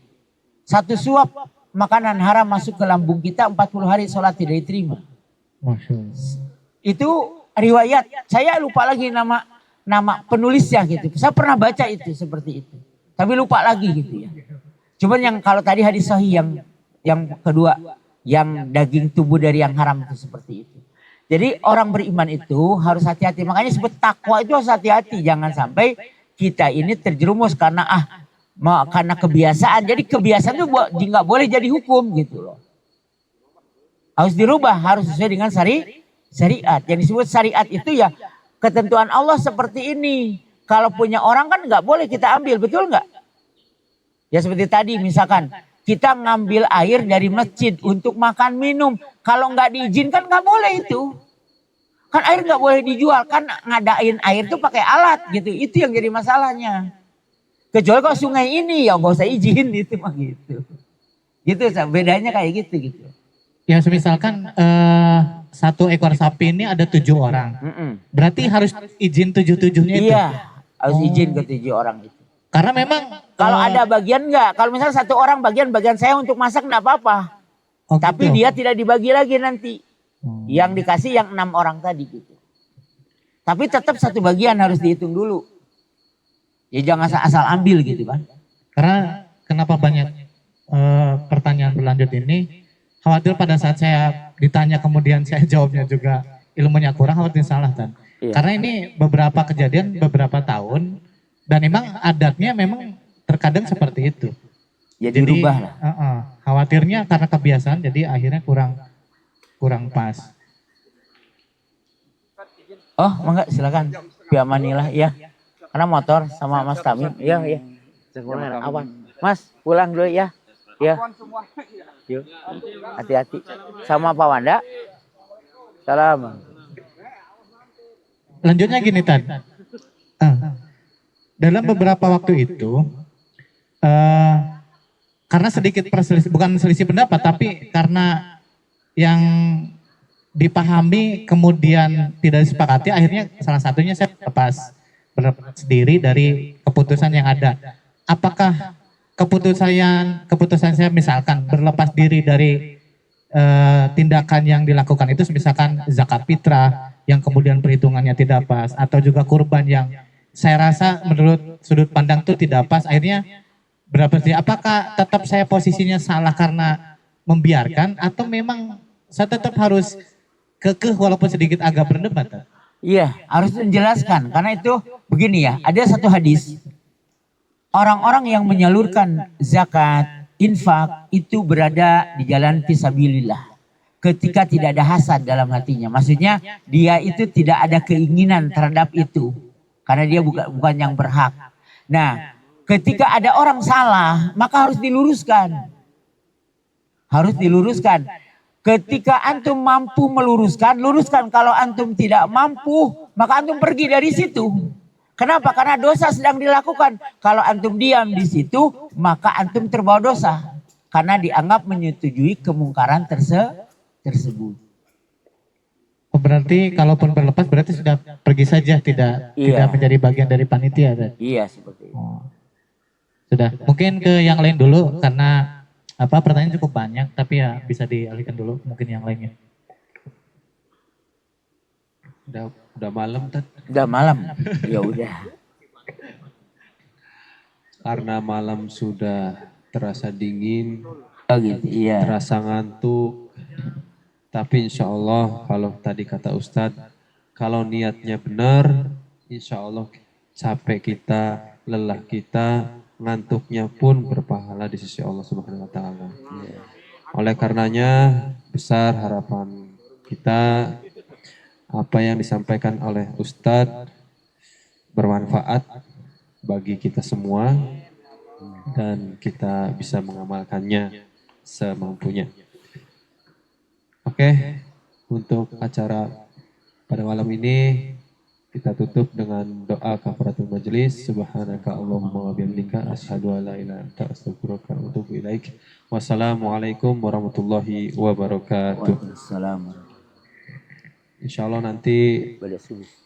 pada subuh lanjutnya Boleh. pada sholat subuh kita ada kajian lagi. Jadi malam barangkali teman-teman yang mau Istirahat. Ya. lanjut ngopi atau nyate silakan.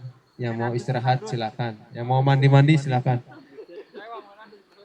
Mandi-mandi.